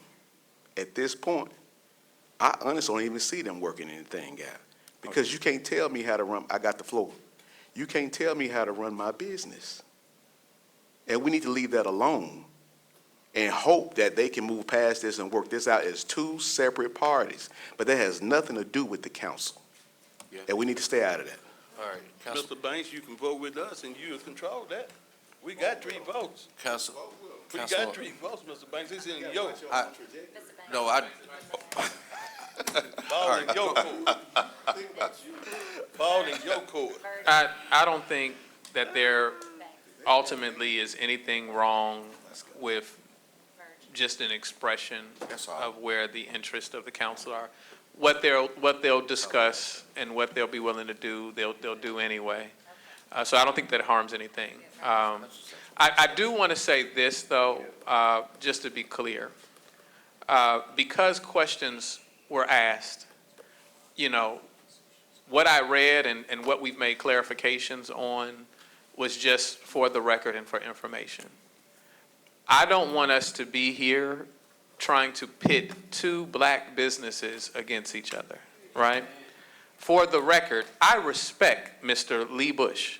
I respect him as a businessman, and I don't think that we should walk away with any disparaging feelings or remarks about him, nor should we do the same to Mr. Richards, right? And so we're trying to follow the process prescribed by law. We're trying to get a garbage collections contract moving forward. That should be our primary concern. And let's move on to other business. Thank you. all right, Councilwoman Lindsay. Thank you, Mr. President. Yes, ma'am.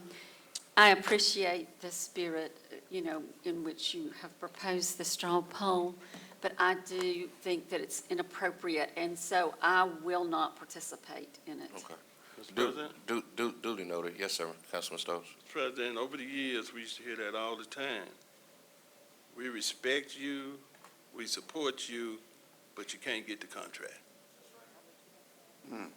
We respect you, we like what you're trying to do, but you can't get the contract. They had promised this contract to Bush many, many, many years ago. He been collecting trash in here. He lost his wife. With love like that, who need enemies? What? What just happened? Huh? Okay, we good? We up? All right.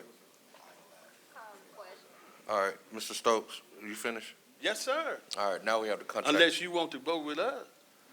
We had the contract on the, Look, I think I've made my stance clear. And, you know, hopefully things can work out where, you know, Mr. Bush would be afforded an opportunity to, you know, do some work. So, again, I don't want to see a black business be put out of business and its trucks just sit. All right.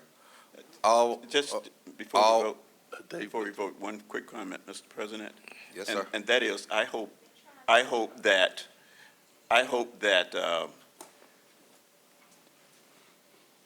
going forward, you know, we had 12 months to do this. We could avoid a lot of this.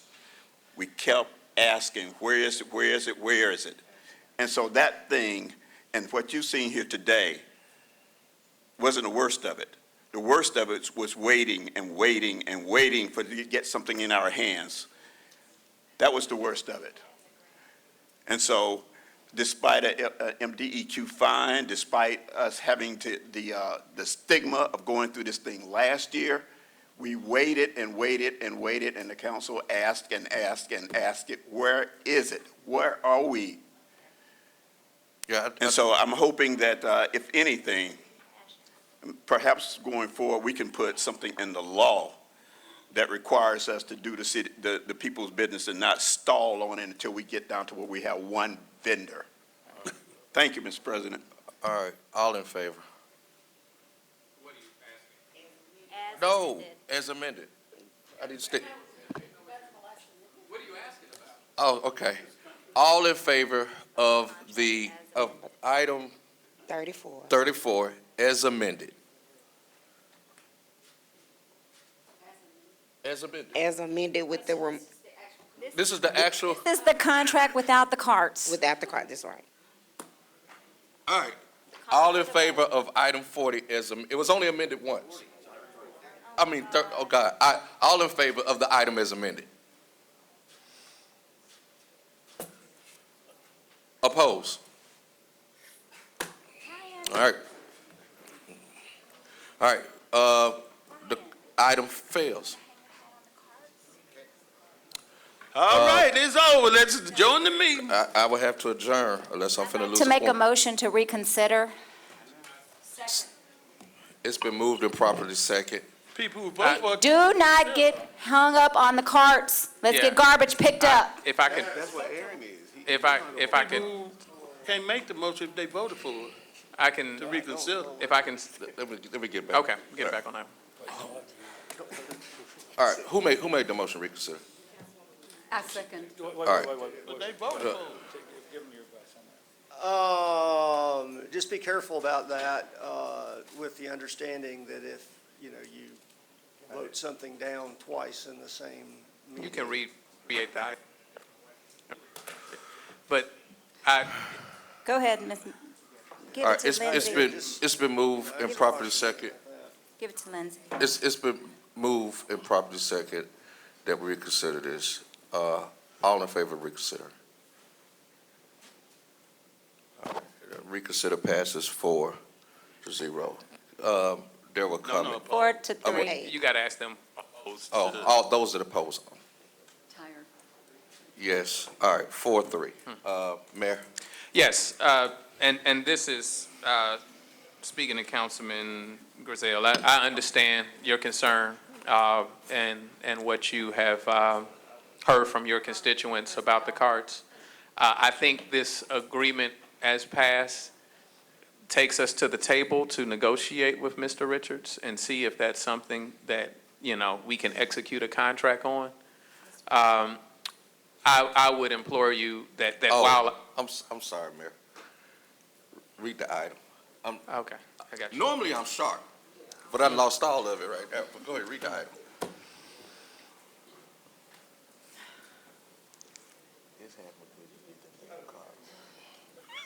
Come on, Sabrina. We're all punched drunk. Order authorizing the mayor to execute the contract and related documents with Richards Disposal, Inc. to provide solid waste collection and hauling services for a 6-year term commencing April 1, 2024, with 4 one-year extension options. So moved. Second. Now, do we need to make the amendment? Yeah. Okay, I'd like We to, got- Go ahead. Her reading I'd like to make a motion to reflect the amendment that we voted on, that was 4-3, to remove the carts. Second. We did not vote for the terms to All be right, changed. all in favor of removing the carts? It didn't pass. Removing the cards. We already We had to reconsider. We were reconsidering with the amendment that was voted on and approved to remove the carts. We just did. And we have a motion and a second. We have a motion and a We're ready to vote. Yeah, this is to remove the carts. All right, Yes. all in favor? Removing the cards. We're putting this back on the floor the way it was. So what happened was, we just did, item number 34. We had 5 amendments. One passed, that is the removal of the 45,096 gallon carts. All the other amendments failed due to a lack of a majority of votes. We reconsidered item number 34, the original item, without the removal of the cards and any other amendments. Now, the item is on the floor, Councilwoman Lee, seconded by Council, President Banks, to remove the cards again, because this is the original item, so we need to vote on it again. All right, all in favor of removing the carts? All right, item carries 5. Two, three, four. All opposed, I'm sorry. All right, Two. item carries Okay. 5-2. Now we have the item on the floor as amended. Now, Mayor, I'm sorry. Yes.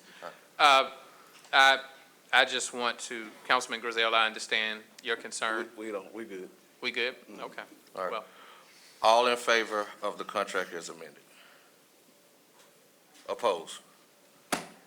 All right, item carries 4-3. All right, is there anything else to come before this body? Yes, sir, some closings. Yes, sir. Thank you. Hope we'll close the meeting in honor of Mrs. Peggy Thomas Johnson. Former Principal John Wick Sr.,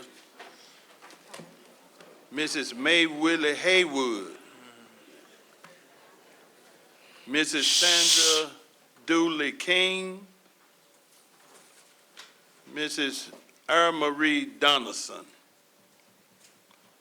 Ms. Jennifer Gale. Want to wish Jackson State women's basketball team good luck in the tournament. And also Dr. Scott out of Grambling University. Want to wish their basketball team good luck during the tournament. all right. If I got a closing. Dr. Scott is the Oh, athletic Madison. director at Grambling. Councilwoman Lindsay. Thank you, Mr. Banks. I just want to thank you for your patience and perseverance through this very tedious meeting. This was not easy for any of us, but I also want to thank Mr. Richard for, I want to thank you, Mr. Richard, for being here today, and also for the great service you've been giving the citizens of Ward 7 over the past, really, 2 years. And I also, colleagues, want to say thank you to the ones who voted for this contract, because the one thing that my constituents were most adamant about is that we not have another garbage service shut down. And so we succeeded at that today, so I think, so far. I know you still have to negotiate the final point, but we at least sent the message that we want to keep garbage service running in our city, and I'm grateful to you for that. Thank you. All right, yes, Councilman Hartley. Yes, I'd like to just announce a radio show tomorrow, 10 a.m., 90.1 FM. We no doubt will have callers in about the garbage not crisis this year, but the garbage debacle. Thank you. One last. All right, hold on, let me get mine and then you. Okay, yeah. Want to close this meeting out, open and close this meeting out, and again, in honor of my dear cousin, Nehru Ford, that recently just lost his life. It's Harvey's son. Yeah. I just want to, in closing, acknowledge, as I did yesterday in the press conference, my two little girls. Yesterday was Alake Mariama Lumumba's 10th birthday, and Thursday will be Nubia Ngozi's 6th birthday. So I want to recognize my two baby girls. Thank you. Yes. One more. Brother Mayfield, long-standing council member. Those of us that knew him, we called him Barry White because his voice was so deep. But he went home to be with the Lord last week out of Vicksburg, Mississippi. All right. Any other? All right. Nothing else come before this meeting adjourned.